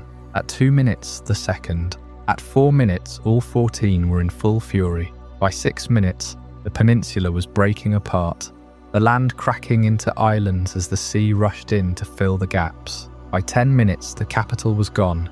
Every tower, every temple, every forge reduced to rubble and magma. By 15 minutes, the last of the Valyrian dragons had fallen, their bodies consumed by the fire or drowned in the boiling sea. The world broke that day. The Freehold, which had ruled for 5,000 years, was erased in a single morning, and only those who had listened to a dreamer escaped. But the destruction did not end with the city. The peninsula itself continued to fracture, the volcanic activity destabilizing the entire landmass. The great mountains that had been the heart of Valyrian power were now hollow shells of fire and ash, and the earth beneath them was crumbling. In the hours after the initial eruptions, the land began to sink, and the sea poured in to create the smoking, toxic waters that would become known forever as the Smoking Sea. The very geography of the world was rewritten. What remained of Valyria was a shattered archipelago, a graveyard of obsidian and fire, where the air was poison and the water was death. The Targaryens, watching from Dragonstone, understood that they were now the last Dragon Lords, and they understood something else. The peninsula had not finished breaking. The Shattering was only the beginning of a longer, slower dissolution, a process that would take years, perhaps centuries, to complete. But that is a story for another time. For now, we leave the smoking ruins and the bleeding sea, and we turn to what came next, the final collapse of the land that had once been the centre of the world. I hope you're as amazed by this as I am. If you want to stay updated on more content like this, make sure to subscribe and join our community of curious minds. Trust me, what's coming next will challenge everything you thought you knew. The eruptions were just the beginning. In those first few minutes, when all 14 of the 14 flames roared to life simultaneously, the sky above Valyria turned black with ash and lit with rivers of molten stone. But what came next was something far worse than fire.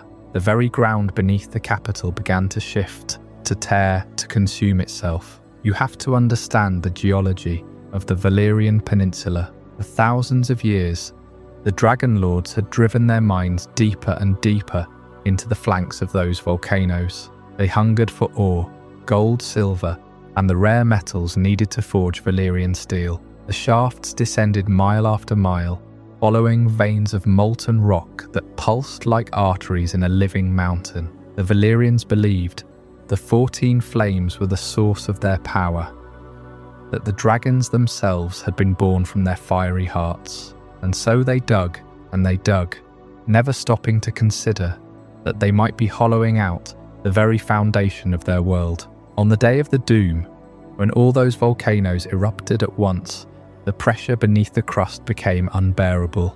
But it was not simply an eruption, it was a collapse. The miles of tunnels, the vast underground chambers that had been carved out over centuries, they acted like a network of cracks in a dam. The magma did not just burst upward. It surged sideways, seeking every void, every hollow space the Valyrians had created. The mines became channels for liquid fire, and the ground above them began to sink. The capital city of Old Valyria did not burn first. It fell. The earth literally swallowed it. Entire districts, palaces, temples, dragon pits dropped into chasms that opened without warning. The peninsula itself began to fracture. What had been a solid landmass stretching into the sea cracked along deep fault lines, and the ocean rushed in to fill the gaps. Within hours, the peninsula was no longer a peninsula. It became a scattering of islands, jagged shards of rock and ash separated by boiling water. The land had been shattered, fragmented into pieces that would never again be whole, and the cost was beyond comprehension. Hundreds of thousands of citizens died in the first few minutes. Men, women, children, all the servants and slaves and merchants who had filled the streets of the greatest city ever built. They were buried under tons of stone or drowned in the molten rivers that poured through the ruins. But it was not just people. Thousands of dragons perished as well. The Dragon Lords had kept their beasts chained in pits or housed in great towers. When the ground gave way, those dragons had no chance to escape. Their roars were swallowed by the roar of the earth. Some were incinerated in the initial blasts. Others were crushed as their lairs collapsed. A few managed to take flight, but the sky was thick with ash and poison gas, and they fell into the sea or onto the flaming remnants of the city. Of the estimated 5,000 dragons that had lived in Valyria, only the 5 that the Targaryens had taken to Dragonstone survived. Think about what that means. An entire species nearly wiped out in a single day. The dragons had been the foundation of Valyrian power for 5,000 years. They were the reason the Freehold dominated the known world. and in the span of a few hours, almost every last one of them was gone, erased by the very volcanoes that had given them birth. The irony is crushing, but the truth is even darker. The Valyrians' greed for ore, their obsession with digging deeper, had destabilized the entire region. They had weakened the crust to the point where the slightest geological disturbance could trigger a chain reaction. And when the 14 flames finally erupted, the planet itself seemed to take its revenge. The sea around the shattered peninsula did not remain clear for long. As the volcanoes continued to spew ash and sulfur into the water, the ocean turned a sickly grey-green, then black. Steam rose from its surface for years afterward, giving it the name that would haunt sailors for centuries. The smoking sea became a barrier no one could cross, a graveyard of ships and dreams, and at its heart, barely visible through the mist, the ruins of Old Valyria lay submerged or crumbling on islands that still smouldered. What happened to that water? What secrets does it hold? The next chapter will take you into the depths of the smoking sea, where the dead still whisper and the last echoes of the doom remain. When the last volcano finally collapsed into the earth, the landscape did not simply vanish. It transformed into something far more dangerous. The land that had once been the heart of the greatest civilization in history became a churning, poisoned stretch of water, and it was given a name that would chill the blood of every sailor from Braavos to Ashai. The Smoking Sea. The formation of this sea was not a gentle flooding. It was an act of violent creation born from destruction. As the 14 flames erupted, they split the peninsula into dozens of islands.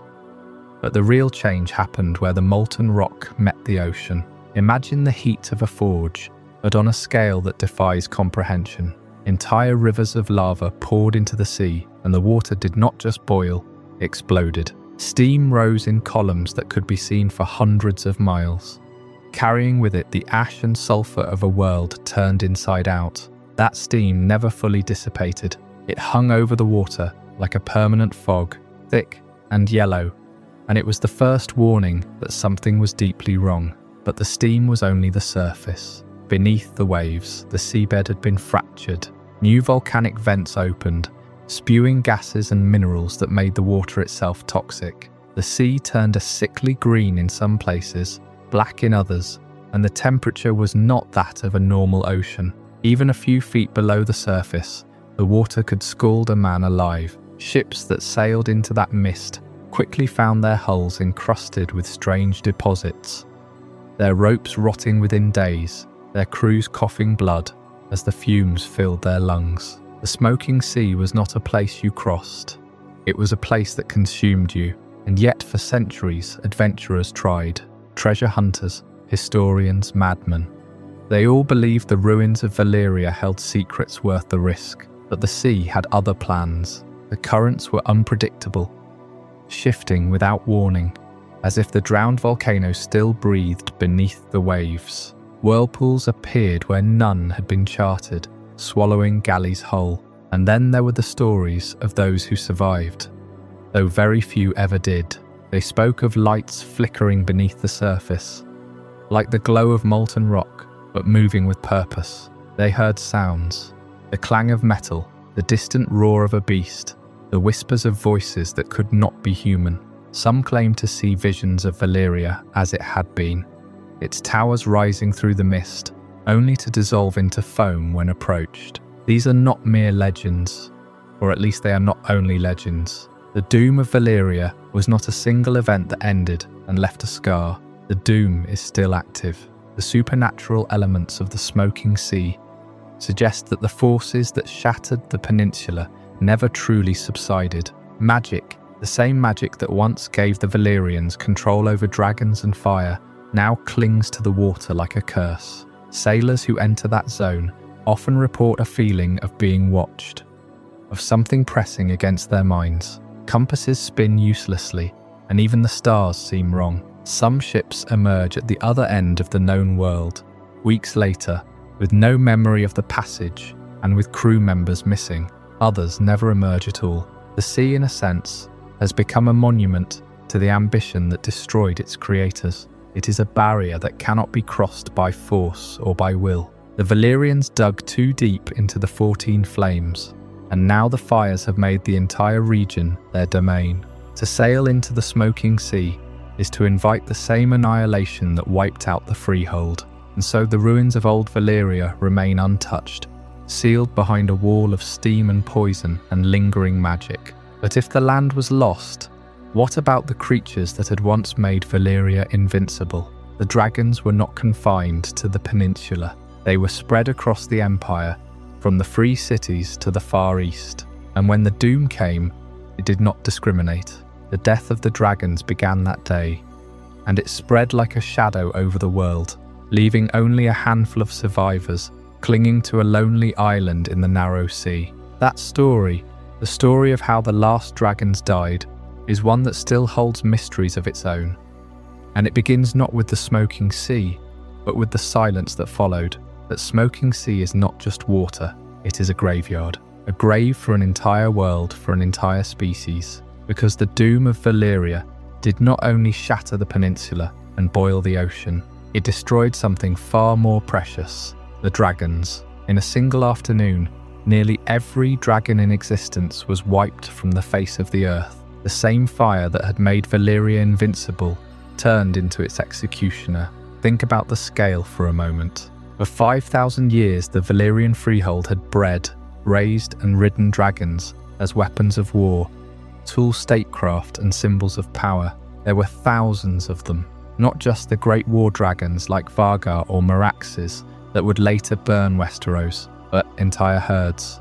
Smaller dragons, wild dragons, dragons of every colour and temperament, nesting in the volcanic fissures of the 14 flames. The Valyrians themselves said, the dragons came from those fiery mountains, and when the mountains exploded, the dragons had nowhere to go. The cataclysm was instantaneous. The shockwave from the simultaneous eruption of all 14 volcanoes would have killed every exposed dragon within 100 miles. The heat alone was enough to melt stone. Imagine the bodies of flying beasts, their wings scorched mid-air, plummeting into the boiling ash. Imagine the dragon lords themselves. The men and women who had commanded these creatures for generations, standing on their balconies in the capital, watching their entire legacy turn to cinders in the span of minutes. There was no escape for the dragons chained in the city's pits or nesting in the mines. The mines themselves became tombs. But the doom was not entirely universal. A handful of dragon lords were away from Valyria when the end came. They had travelled to outposts in the free cities, to military campaigns in the east, or to the far reaches of the Empire. When the news reached them, they must have felt a cold horror unlike anything else. Their homeland was gone, their families were dead, and their dragons, the source of their power, were dying too, because the dragons were bound to the 14 flames in ways the Valyrians only vaguely understood. The same volcanic magic that had nurtured them for millennia had suddenly turned toxic. The dragons that survived the initial blast did not survive long. They grew sick, weak, listless. Their fires dimmed. One by one, they perished, as if the soul of Valyria had been ripped out of them. Those few dragon lords who were far away tried to rally. Some attempted to return to the ruins, hoping to salvage eggs or save a few hatchlings, but the smoking sea blocked them. The waters were poisonous, the air thick with ash and volcanic gas. Those who sailed too close never came back. Others tried to settle in the free cities, but without dragons, they were no longer dragon lords. They were refugees, exiles from a dead world. Their names faded into obscurity, their bloodlines mixed with commoners. And within a generation, their lineage was forgotten, all except one family. The Targaryens had been on Dragonstone for over 100 years before the Doom. They had brought their dragons with them, 5 at first, then more hatched on the island's volcanic rocks. They were not part of the Valyrian heartland. They had chosen exile, and that choice saved them.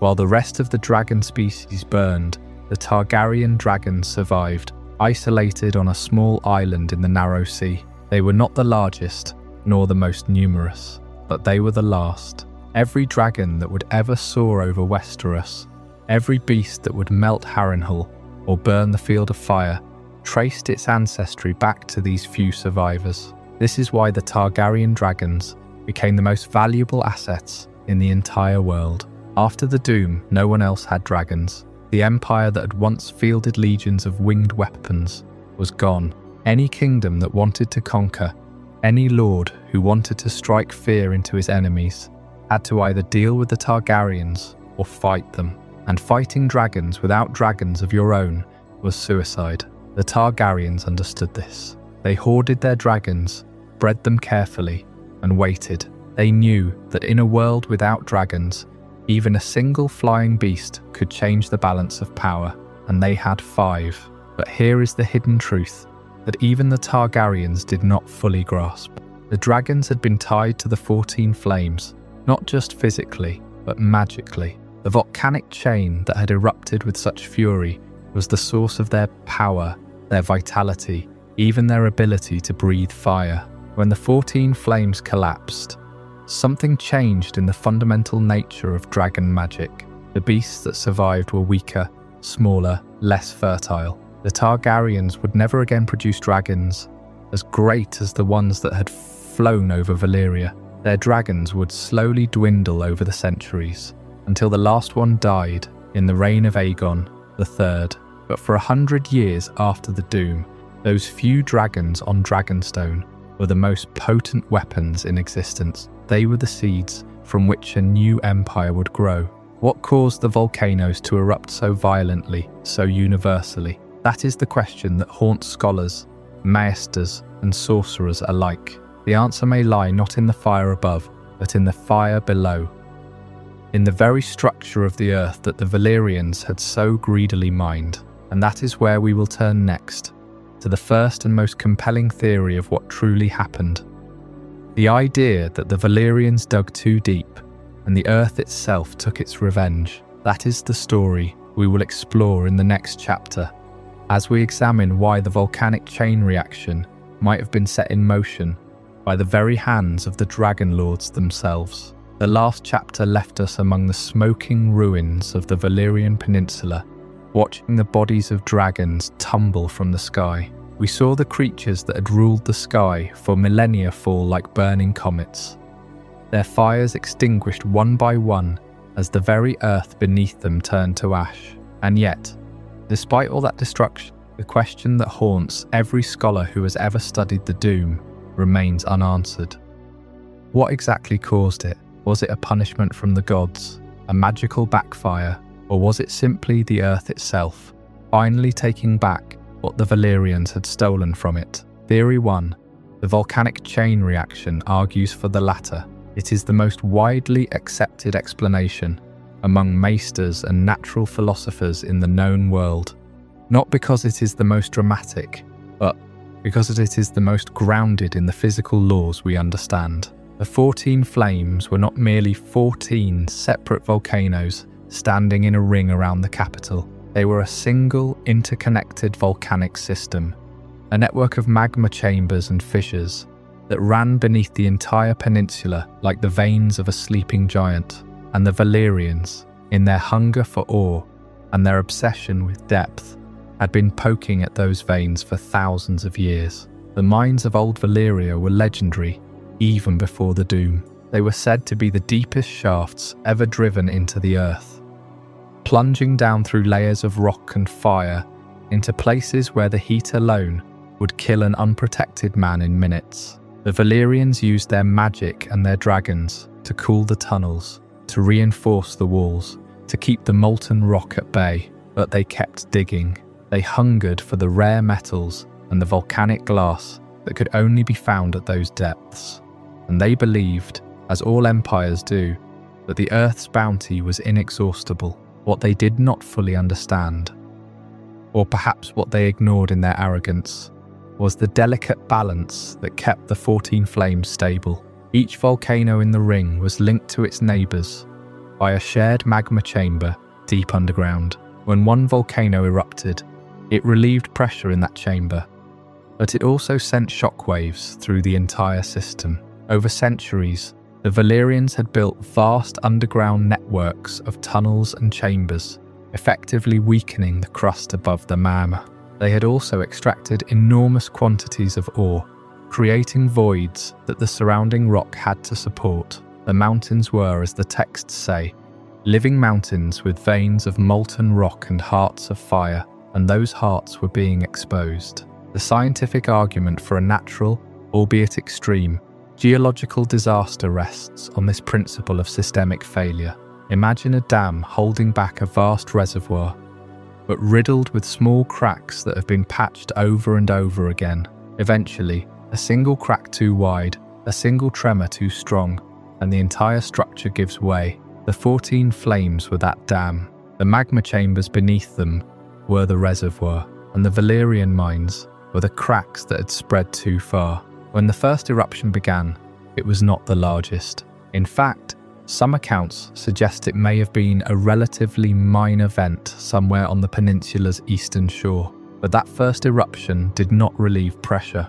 Instead, it destabilized the entire network. The shockwave traveled through the magma chamber, causing a second volcano to rupture, then a third, then a fourth, each one feeding the next in a cascading chain reaction that could not be stopped. Within hours, all 14 volcanoes were erupting simultaneously, not as separate events, but as a single cataclysmic event, a unified explosion that tore the peninsula apart from the inside out. This is where the deep-sea trenches come into play, and their role in the creation of the smoking sea is often overlooked. The Valyrian Peninsula was not merely sitting on a continental shelf, it was perched at the edge of a tectonic boundary, where the Earth's crust was being pulled apart by forces deep beneath the ocean. The deep-sea trenches off the coast were evidence of this tension, like cracks forming in a pane of glass before it finally shatters. The volcanic system of the 14 flames was already under enormous stress from geological forces that had been building for millions of years. The Valyrian mines and the chain reaction of eruptions simply provided the final trigger. When the land shattered, the sea rushed in to fill the void. But it did not encounter cold rock. It encountered superheated magma, boiling rock, and toxic gases that had been trapped underground for eons. The water turned to steam instantly, and that steam mixed with sulfur, arsenic, and other deadly compounds, creating the poisonous, perpetually steaming waters of the smoking sea. To this day, the sea remains hot and acidic, a permanent scar on the face of the earth. No ship can sail through it without its hull dissolving, and no man can breathe the air without his lungs burning. The volcanic chain reaction theory is elegant in its simplicity. It does not require gods or demons or forbidden spells. It only requires time, pressure, and the arrogance of a civilization that thought it could dig into the heart of a living mountain and emerge unscathed. But even as we accept this explanation, we must ask ourselves, was it only the earth that turned against Valyria, or did something else awaken in those deep shafts? Something that the natural sciences cannot account for. That question leads us directly into the next theory, the one that the maesters dismiss as superstition, but that the sorcerers of the East whisper about in the dark. It is called the spell of Unmaking, and it suggests that the Valyrians did not just dig too deep. They woke something that should have remained buried forever. But that is a story for the next chapter. The previous chapter offered a geological explanation for the doom, one rooted in the raw, indifferent power of the earth itself. It made sense in a way that science often does. A chain reaction of volcanic eruptions, a system pushed past its breaking point. But as we move into the second theory, we must ask ourselves a different kind of question. What if the cause was not merely physical, but intentional? What if the very thing that made Valyria extraordinary, its mastery of sorcery, was also the instrument of its undoing? This is the theory of the spell of Unmaking, the hypothesis that a massive ritual gone wrong triggered the eruptions, not as a natural disaster, but as a magical one. You see, the Valyrians were not just dragon lords. They were the most powerful sorcerers the world had ever known. Their magic was woven into the fabric of their empire. It tempered their steel, bound the dragons to their will, and allowed them to reshape the land itself. But all magic, especially blood sorcery, comes with a price, and the Valyrians had been spending that currency for thousands of years. Consider the whispers that survive from the ancient texts. The mines of Valyria were not simply quarries, they were places of ritual. The shafts were driven deeper and deeper, not just for ore, but for something else. Something that lay beneath the crust of the world. The Valyrians believed the dragons were born from the 14 flames, that the volcanoes themselves were the source of their power, and they wanted more. They always wanted more. So they dug, and as they dug, they performed ceremonies, sacrifices, spells that bound the fire of the earth to their bloodlines. The mountains themselves became living conduits, veins of molten rock that pulsed with a terrible sentient energy. The sorcery was rooted in blood and fire, and the Valyrians poured both into the ground for centuries. They thought they were controlling it. They thought they were the masters of fire, but fire is not a thing that can be tamed. It can only be fed, and that is where the idea of a magical backlash comes into play. Imagine a pressure vessel, a chamber filled with an immense volatile force. The longer you hold it, the more strain you place on its seals. The Valyrians had been building that pressure for generations, each ritual adding another layer of unstable energy. They were experts at binding magic, but they had forgotten something crucial. Binding is not the same as extinguishing. When you tie a knot in a rope, the rope does not disappear, it holds tension, and if you pull too hard, the knot snaps. The same principle applies here. The Valyrians were pulling on the threads of the world, weaving spells that held the fire of the 14 flames in check, channeling it into their dragons and their steel, but they were pulling too hard. The seals they had created, the protections that kept the volcanic fury contained, were wearing thin. And then, something went wrong. Perhaps it was a single ritual performed in the heart of the capital, a desperate attempt to gain even more power. Or perhaps it was the cumulative effect of 1,000 spells, all reaching their breaking point at the same moment. Some scholars speculate that the Valyrians accidentally broke the seals, holding the fire back, that they tore open a rift in the magical barrier that separated the world from the raw primordial heat beneath. When those seals shattered, there was no gradual release. There was only a single catastrophic burst. The entire network of volcanoes erupted simultaneously, not because of a geological tremor, but because the magical circuit overloaded.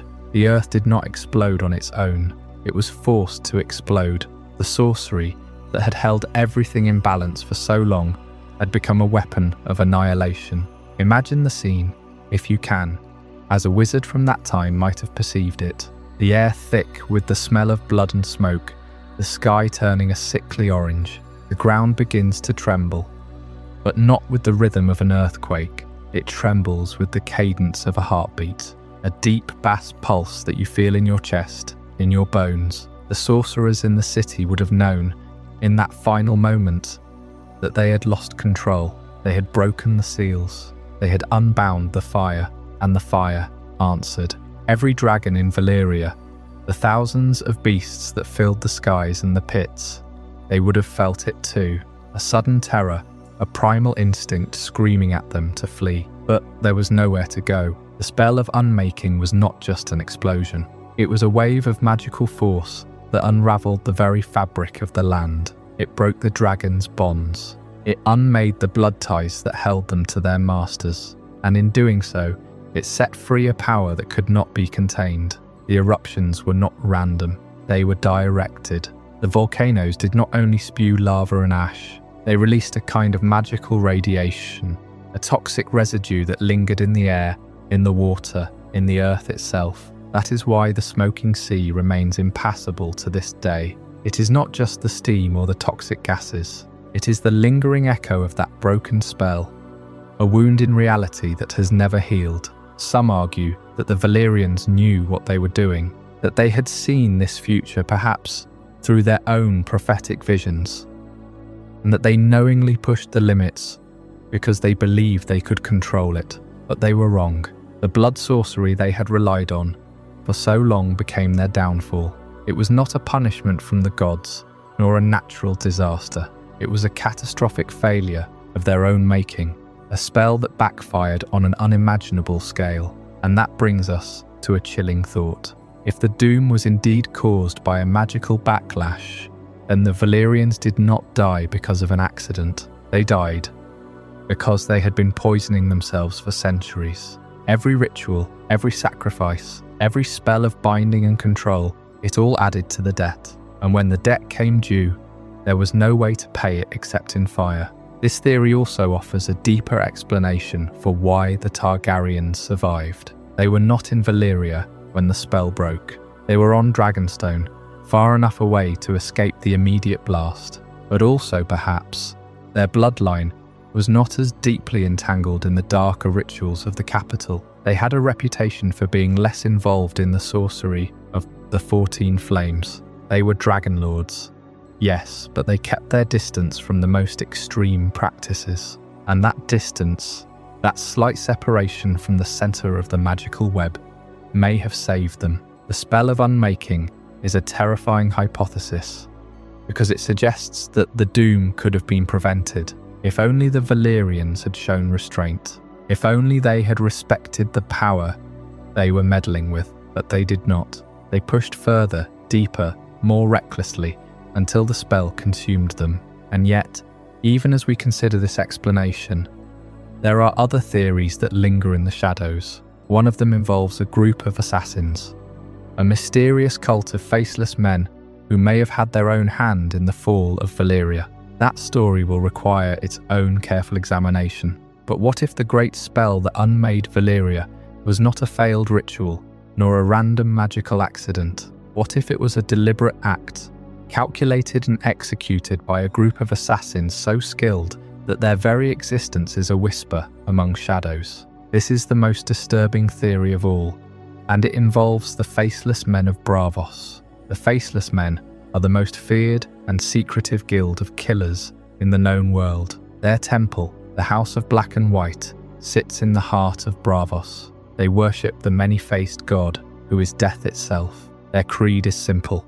Death is a gift, and they are its servants. They do not kill for wealth or revenge. They kill for payment, but the payment is not gold. It is something far more precious. It is a life or a secret or a piece of a soul, and they have never, in all their long history, been accused of a crime they did not commit. But the doom of Valyria is not a crime that anyone could have committed, unless the Faceless Men orchestrated it all. The controversial theory that the Faceless Men of Braavos orchestrated the doom rests on a single, chilling motive: ending the Valyrian slave trade and the tyranny of the Dragon Lords. Braavos was founded by escaped slaves, people who had fled the Valyrian Freehold's brutal system of bondage. The city itself was built in a hidden lagoon, a secret refuge from Dragon Lords who could burn entire cities from the sky. The Faceless Men, many scholars believe, originated among these refugees,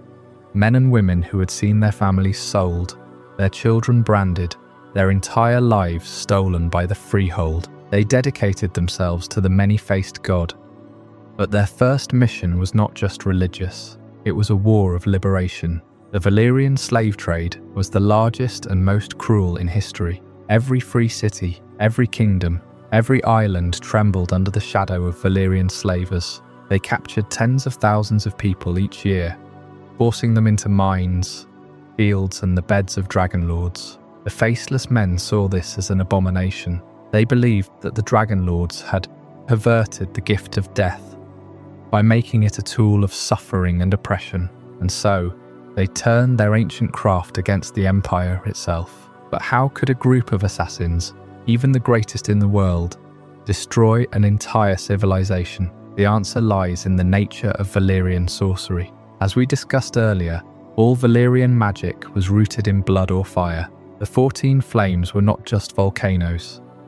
They were living conduits of power, tied directly to the blood magic that bound the dragons to their masters. The Faceless Men, being masters of disguise and manipulation, could have infiltrated the highest circles of Valyrian society. They could have learned the deepest secrets of the pyromancers. They could have even replaced key priests or sorcerers with their own agents. The hidden truth of how a group of assassins could bring down an empire lies in a single catastrophic act, a widespread manipulation of the blood magic that controlled the 14 flames. Imagine a network of faceless men scattered across the Valyrian Peninsula, each one positioned at a critical point in the volcanic temples. Over years, perhaps decades, they slowly altered the rituals of the fire priests. They subtly twisted the incantations, introduced impurities into the sacrificial fires, or disrupted the delicate balance between the dragons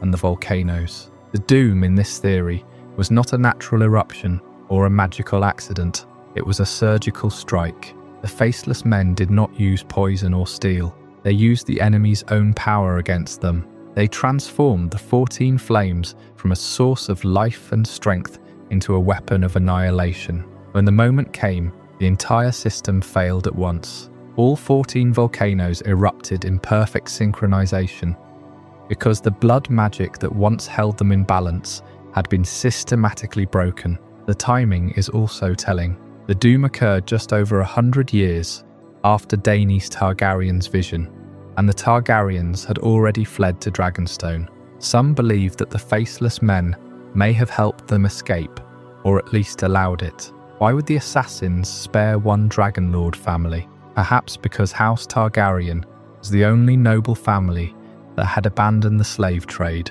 They had forsaken the brutal practices of their kin.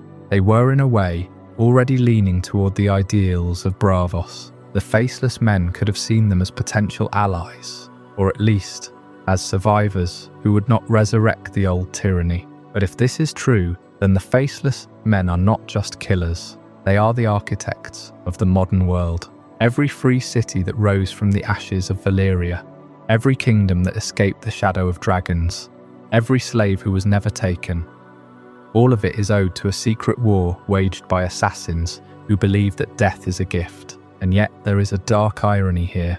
The faceless men's greatest act of liberation was also an act of unimaginable destruction. They killed millions in a single day. They extinguished an entire species of dragons. They shattered a peninsula and poisoned an ocean.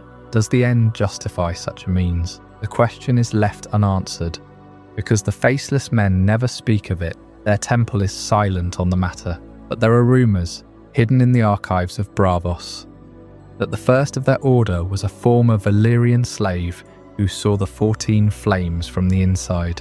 He knew the weakness in the magic. He passed that knowledge down through generations.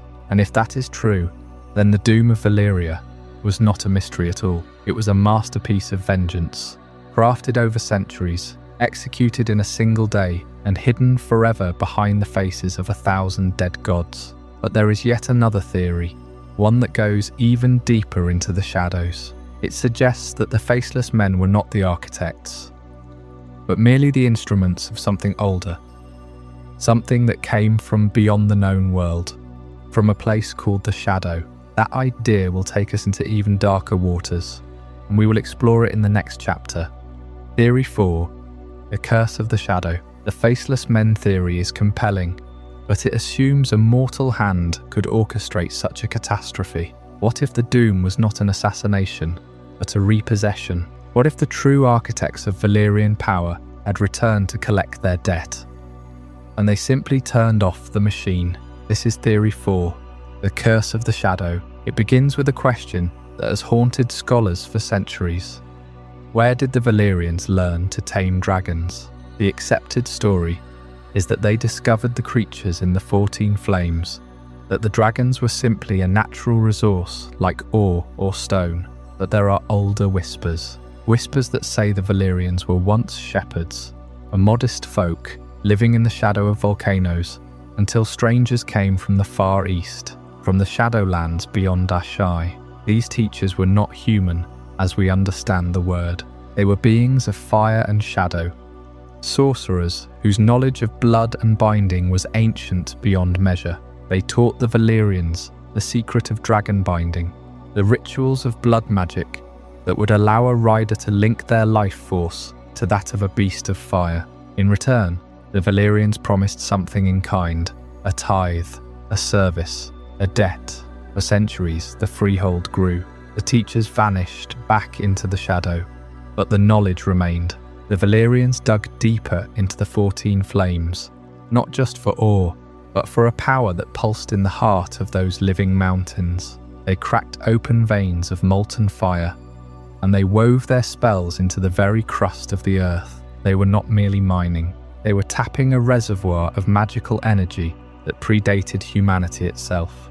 And then, something changed. Consider the timing. The doom occurred roughly 400 years before the War of the Five Kings, but it also occurred exactly in the era when the ancient prophecies of the Long Night began to resurface across the world. The Maesters of Westeros had long dismissed the Long Night as myth, but in Ashai and among the priests of R'hllor, the signs were unmistakable. The darkness was stirring. The White Walkers, if they existed, were gathering, and the balance of power in the world was about to be tested.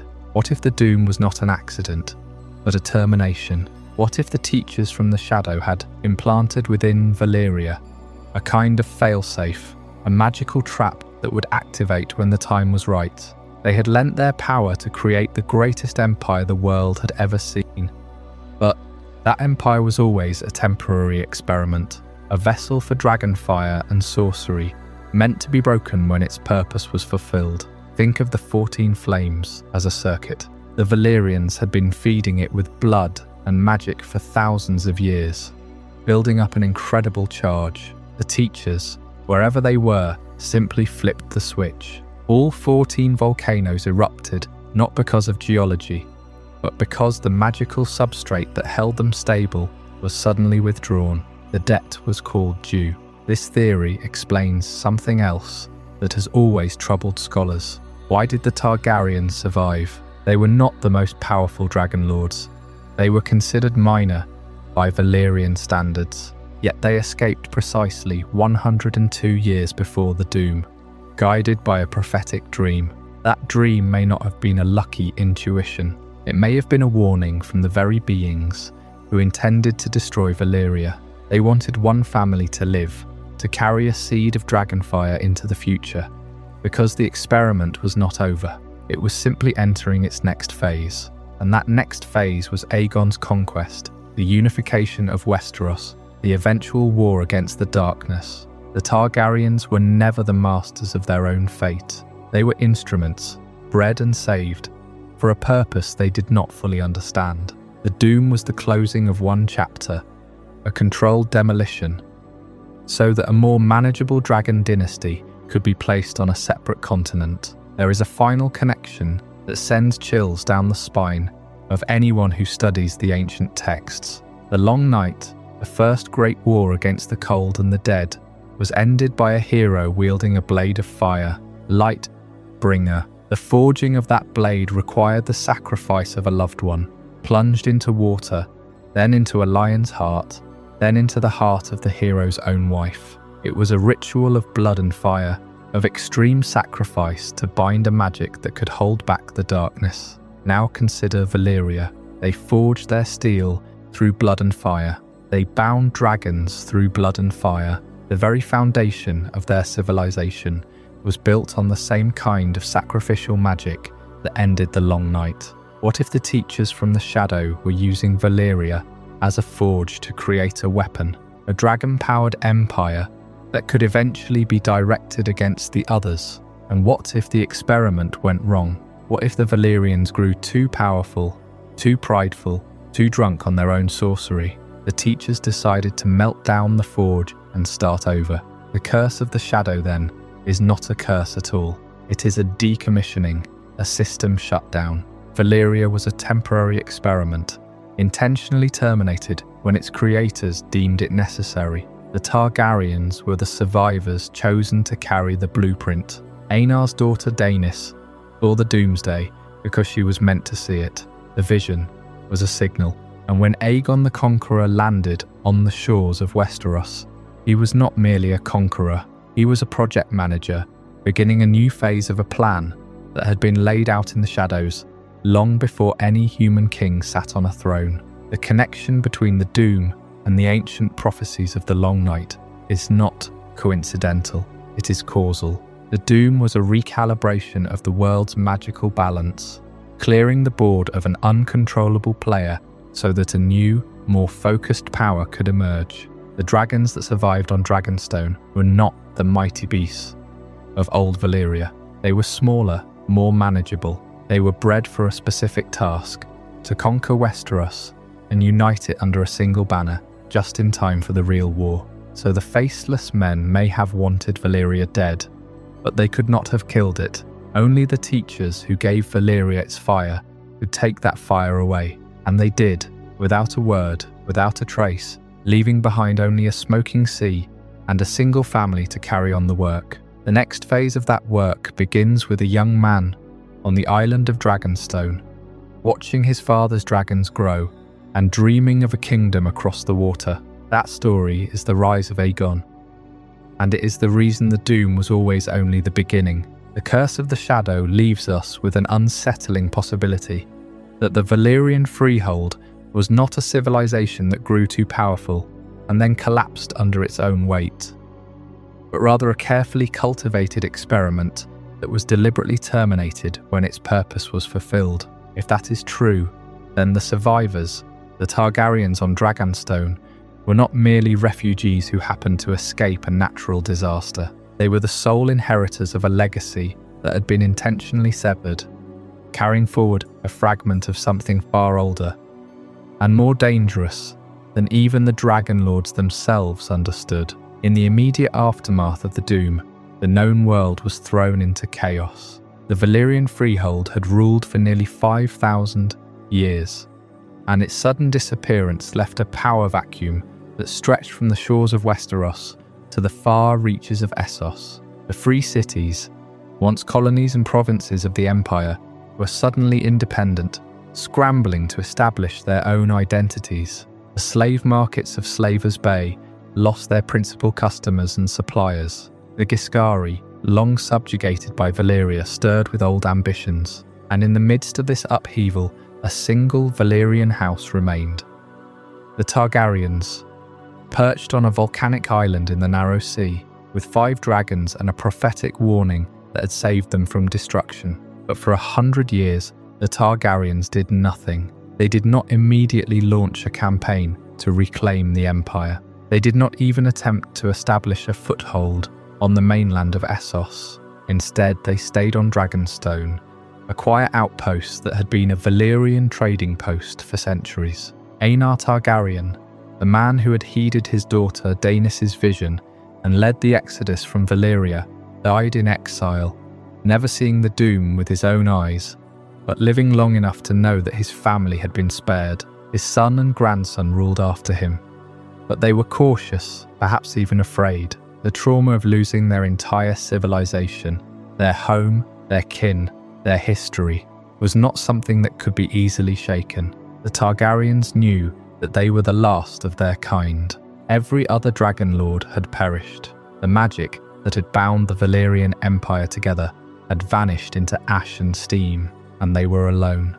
It is easy to forget, from our vantage point in history, how precarious the Targaryen position was in those first 100 years. They had dragons, yes, but only 5 of them, and those dragons were not the giant, fearsome beasts that had once darkened the skies of Valyria. They were smaller, tamer, the remnants of a breeding program that had been maintained on Dragonstone for generations. The Targaryens had no army, no fleet, no treasury of any real significance. They were a single noble house on a small island, surrounded by the chaos of a broken world. They could have been swallowed up by any number of ambitious neighbours, if not for the fact that no one quite knew what to make of them. The free cities were too busy fighting each other to worry about Dragonstone. The lords of Westeros across the narrow sea saw the Targaryens as a curiosity, a remnant of a fallen empire with no real power. But power is not just a matter of numbers. It is also a matter of perception. And the Targaryens understood something that their rivals did not. They had dragons. And dragons, even small ones, are terrifying. Yet even with that advantage, the Targaryens hesitated. For 100 years they waited. Why? The answer lies in the trauma of the Doom. They had seen their entire world destroyed in a single day. They knew that their magic had been unstable, that their power had been built on a foundation that could shatter at any moment. They were not eager to repeat the mistakes of their ancestors. They needed time to consolidate, to breed their dragons, to rebuild their confidence, and most importantly, they needed a leader who could see beyond the shadow of the Doom and imagine a new future. That leader was Aegon Targaryen, the first of his name. He was born approximately 100 years after the Doom on Dragonstone, the son of Lord Aerion Targaryen and Lady Valyrian Velaryon. From his earliest years, Aegon was different. He was not content to simply survive, as his predecessors had been. He had a vision of something greater. He looked at the broken world around him and saw an opportunity. The Valyrian Freehold was gone, but its legacy was not yet dead. The Targaryens had the last dragons. They had the blood of the Dragon Lords, and they had a destiny that Aegon believed was waiting for them. But where would they go?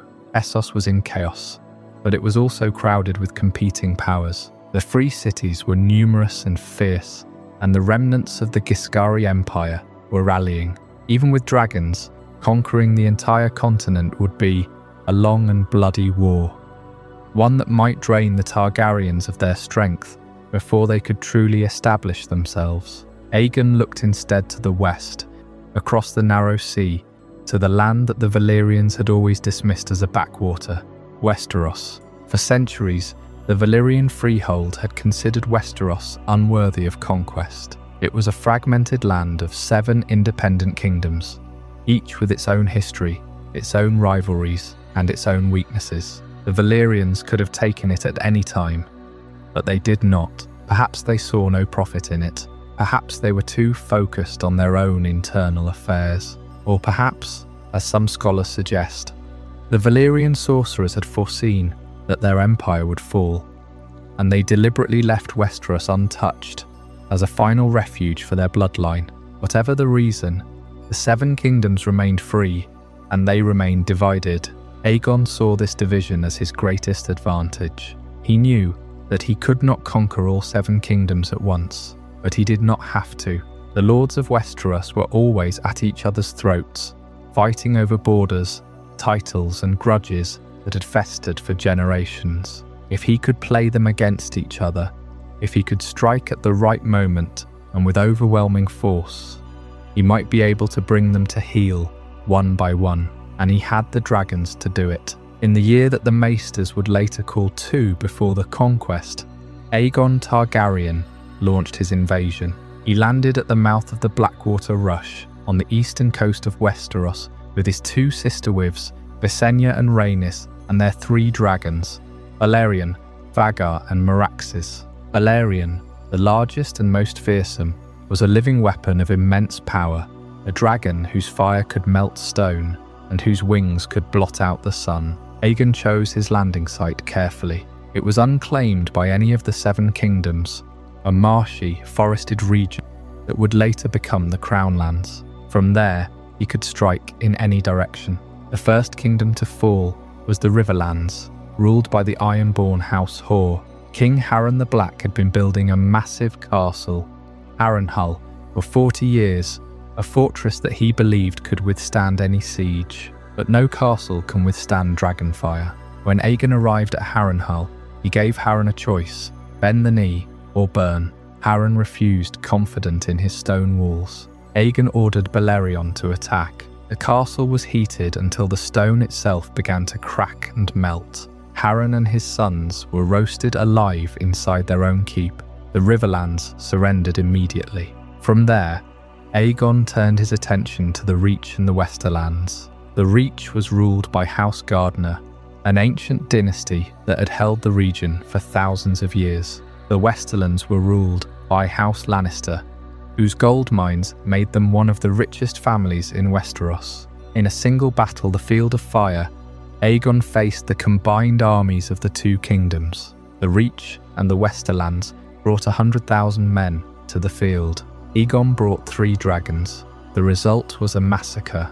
Thousands of men were burned alive. The kings of both houses were killed. The survivors, seeing that resistance was futile, bent the knee. One by one the kingdoms fell. The Stormlands were conquered when Argilac the Arrogant, the last Storm King, was defeated in single combat by Orys Baratheon, Aegon's half-brother and close friend. The Vale of Arryn resisted for a time, but when Queen Regent Shara Arryn saw her son's army destroyed by dragonfire, she yielded. The North, ruled by King Torrhen Stark, took a different approach. Torrhen marched south with his bannermen, but when he saw the size of Aegon's force and the dragons circling overhead, he chose wisdom over pride.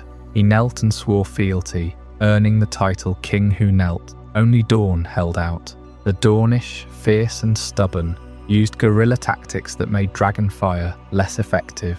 They refused to give battle in the open, instead striking from the mountains and deserts. Aegon could not break them, and eventually he accepted their nominal independence. In a little less than 2 years, Aegon Targaryen had united 6 of the 7 kingdoms under a single crown. He was crowned at the Starry Sept in Old Town, the holiest site in the faith of the Seven, and anointed by the High Septon himself.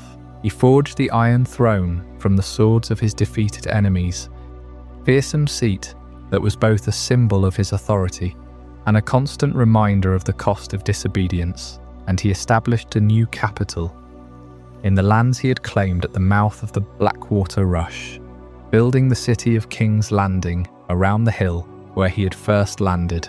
The transition from Valyrian dragon lords to the kings of the Seven Kingdoms was not just a political shift, it was a fundamental transformation of the Targaryen identity. In Valyria, the Targaryens had been one house among many, powerful but not supreme. In Westeros, they became a royal dynasty, the first of their kind. They adopted the culture and religion of their new subjects, taking the faith of the Seven as their own, even while maintaining their ancient Valyrian traditions. They ruled not as dragon lords in the old sense, but as kings and queens, bound by laws and customs that they themselves had created.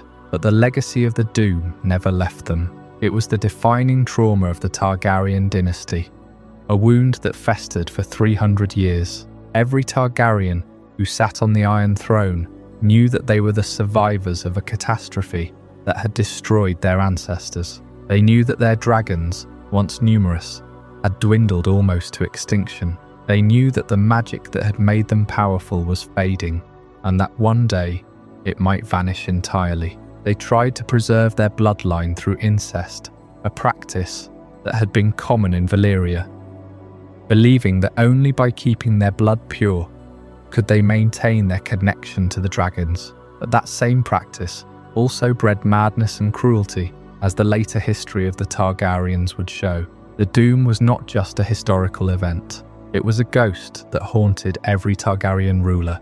It shaped their decisions, their fears, and their ambitions. It was the reason why they were so obsessed with maintaining control, why they were so quick to burn their enemies, and why they were so terrified of losing their dragons. The Doom had taken everything from them once. They were determined not to let it happen again. And yet in the end, the Doom did return in a different form. The dragons did not survive forever. The Targaryen dynasty did not last forever. The Game of Thrones continued, as it always does. But that is a story for another time. For now, we stand at the beginning of the Targaryen reign, a reign that was born from the ashes of Valyria. The question that lingers, the mystery that no one has ever been able to solve, is whether the Doom was truly an accident, or whether it was something more deliberate, something that was waiting for the right moment to strike again. The answer, if it exists, is hidden somewhere in the depths of the smoking sea, buried under centuries of ash and silence. And that silence is the most terrifying thing of all. And so Aegon the Conqueror took the last embers of Valyrian fire and forged a new empire from the ashes. The Targaryens had escaped the Doom by a century's distance, and they had carried with them not just dragons, but the memory of a world that burned. Yet as Aegon's dragons soared over the fields of the Reach, as Harrenhal melted and the kings of Westeros bent the knee, One question remained unanswered, and it is the question that lingers even now, hundreds of years later, in the halls of the Citadel and in the whispered conversations of sellswords and scholars alike. What truly caused the doom of Valyria? And why does that hidden truth matter more than any throne or any dragon? Because the doom is not merely a historical event. It is a parable carved in fire and stone. It is the single greatest demonstration of the danger of absolute power that the known world has ever witnessed. The Valyrian Freehold was not destroyed by an external enemy. No army crossed the smoking sea. No rival empire marched on the 14 flames. The beast that devoured Valyria was born from within. And that is the secret that makes the doom the most important lesson in all of lore. It is a mirror held up to every civilization that believes itself invincible. Consider the nature of Valyrian power. They commanded dragons, creatures of living fire. They wielded sorcery rooted in blood and flame. They had forged a world where they were the undisputed masters, where their word was law across half a continent, and they grew hungry for more. The mines of the 14 flames were always hot, and they grew hotter as the shafts were driven deeper, ever deeper. The Valyrians hungered for ore, for the rare metals that could be shaped into blades of impossible sharpness. They hungered for the magic that lay in the molten veins of the living mountains. They believed that their strength was absolute, that their fire could master any earth. But fire consumes, and the earth is older than fire. The hidden truth is that hubris is not a sin that is punished by gods. It is a flaw that carries its own destruction. The Valyrians dug too deep, reached too far, and the mountains that had given them their power turned against them. The 14 flames did not erupt because of a random geological accident. They erupted because the Valyrians had destabilized the very foundations of their world. And the magic. That is the part that chills the spine of every maester who has studied the fragments of Valyrian texts. All Valyrian sorcery was rooted in blood or fire. They had bound dragons to their will through rituals that required sacrifice. They had bent the elements to their command. But magic is a force that demands balance. When you push too hard, when you take too much, there is a backlash. The spell of Unmaking, the theory that a massive ritual went wrong, is not just a story. It is a reflection of the same principle that governs all hubris. The Valyrians believed they could control the fire. They forgot that fire has a will of its own. And when the spell spiraled out of control, when the blood magic rebounded, it did not just break a few candles. It shattered the entire peninsula. The doom was not an accident. It was a consequence. So why is this hidden truth so important? Because it is a warning that echoes across every age. The Valyrian Freehold was the greatest civilization the world had ever seen. It lasted nearly 5,000 years, and it fell in a single day. The perils of absolute power are not abstract. They are real. And the cost of hubris is not just a fallen kingdom, but a poisoned sea, a cursed land, and a memory that haunts every dragon lord that came after. The Targaryens survived because one girl had a vision. Daenys the Dreamer saw the doom and warned her father. They fled, but they could not escape the lesson. Aegon conquered Westeros, but he never rebuilt Valyria. He never tried to restore the Freehold. He knew, perhaps, that the power that had destroyed his ancestors was not something to be resurrected. The dragons dwindled, the magic faded, and the Iron Throne, forged from the swords of conquered enemies, was a symbol of rule, but it was not the absolute mastery that Valyria had once held. The Targaryens learned the lesson, even if they sometimes forgot it in their pride. But could the doom happen again? That is the question that lingers in the modern era, in the world of the War of the Five Kings, in the time when magic is stirring once more. The comet burns red in the sky. The dragons have returned, hatched from petrified eggs in the fires of a pyre. The Red Priests speak of prophecies, and the old powers are waking. Could another civilization, another empire, reach too far? Could the Iron Throne itself become a new 14 flames? There are those who fear that the return of magic brings with it the return of its dangers. The Valyrians were not the first to wield such power. There were older peoples, from the Shadowlands, who taught them the dragon arts, and those teachers may have left a trap, a flaw in the magic that would ensure their students could never truly ascend. The hidden truth may be that the doom was not just a mistake, but a planned termination, an experiment that was deemed complete and then erased. If that is true, then the cycle is not broken. The same forces that destroyed Valyria could destroy any who follow that path. The modern era, with its new dragons and its resurgent sorcery, walks a tightrope over the smoking sea. The lesson of the doom is that power is not safe. Absolute power is never safe. It is a fire that must be constantly tended, constantly feared, and when it grows too hot, it consumes the hand that feeds it. So as we close this chapter, as we let the silence of the smoking sea settle in our minds, remember that the eternal mystery of the doom is not a puzzle to be solved. It is a story to be heard, a warning whispered from the ashes of a world that thought it was eternal. The Valyrians built their cities on volcanoes. They chained dragons to their will. They thought they were gods. And in the end, the earth remembered that it was older. The fire remembered that it was wild. And the doom came not as a punishment, but as a natural consequence of pride. That is the hidden truth. And it is the most important secret in all of lore. Because it is a truth that every generation must learn again, or else be consumed by the flames they thought they could control. The smoking sea still steams. The ruins of Old Valyria still whisper. And somewhere in the depths of the 14 flames, the fire still waits. Be careful what you dig for. Be careful what you bind, because the cost of hubris is paid in the currency of worlds. And once the doom is unleashed, there is no going back. What did you think of this journey? I'd love to hear your thoughts in the comments below. If this changed your perspective or taught you something new, consider subscribing for more mind-expanding content. And if you know someone who would find this as fascinating as you did, share it with them. These are the kind of conversations that matter.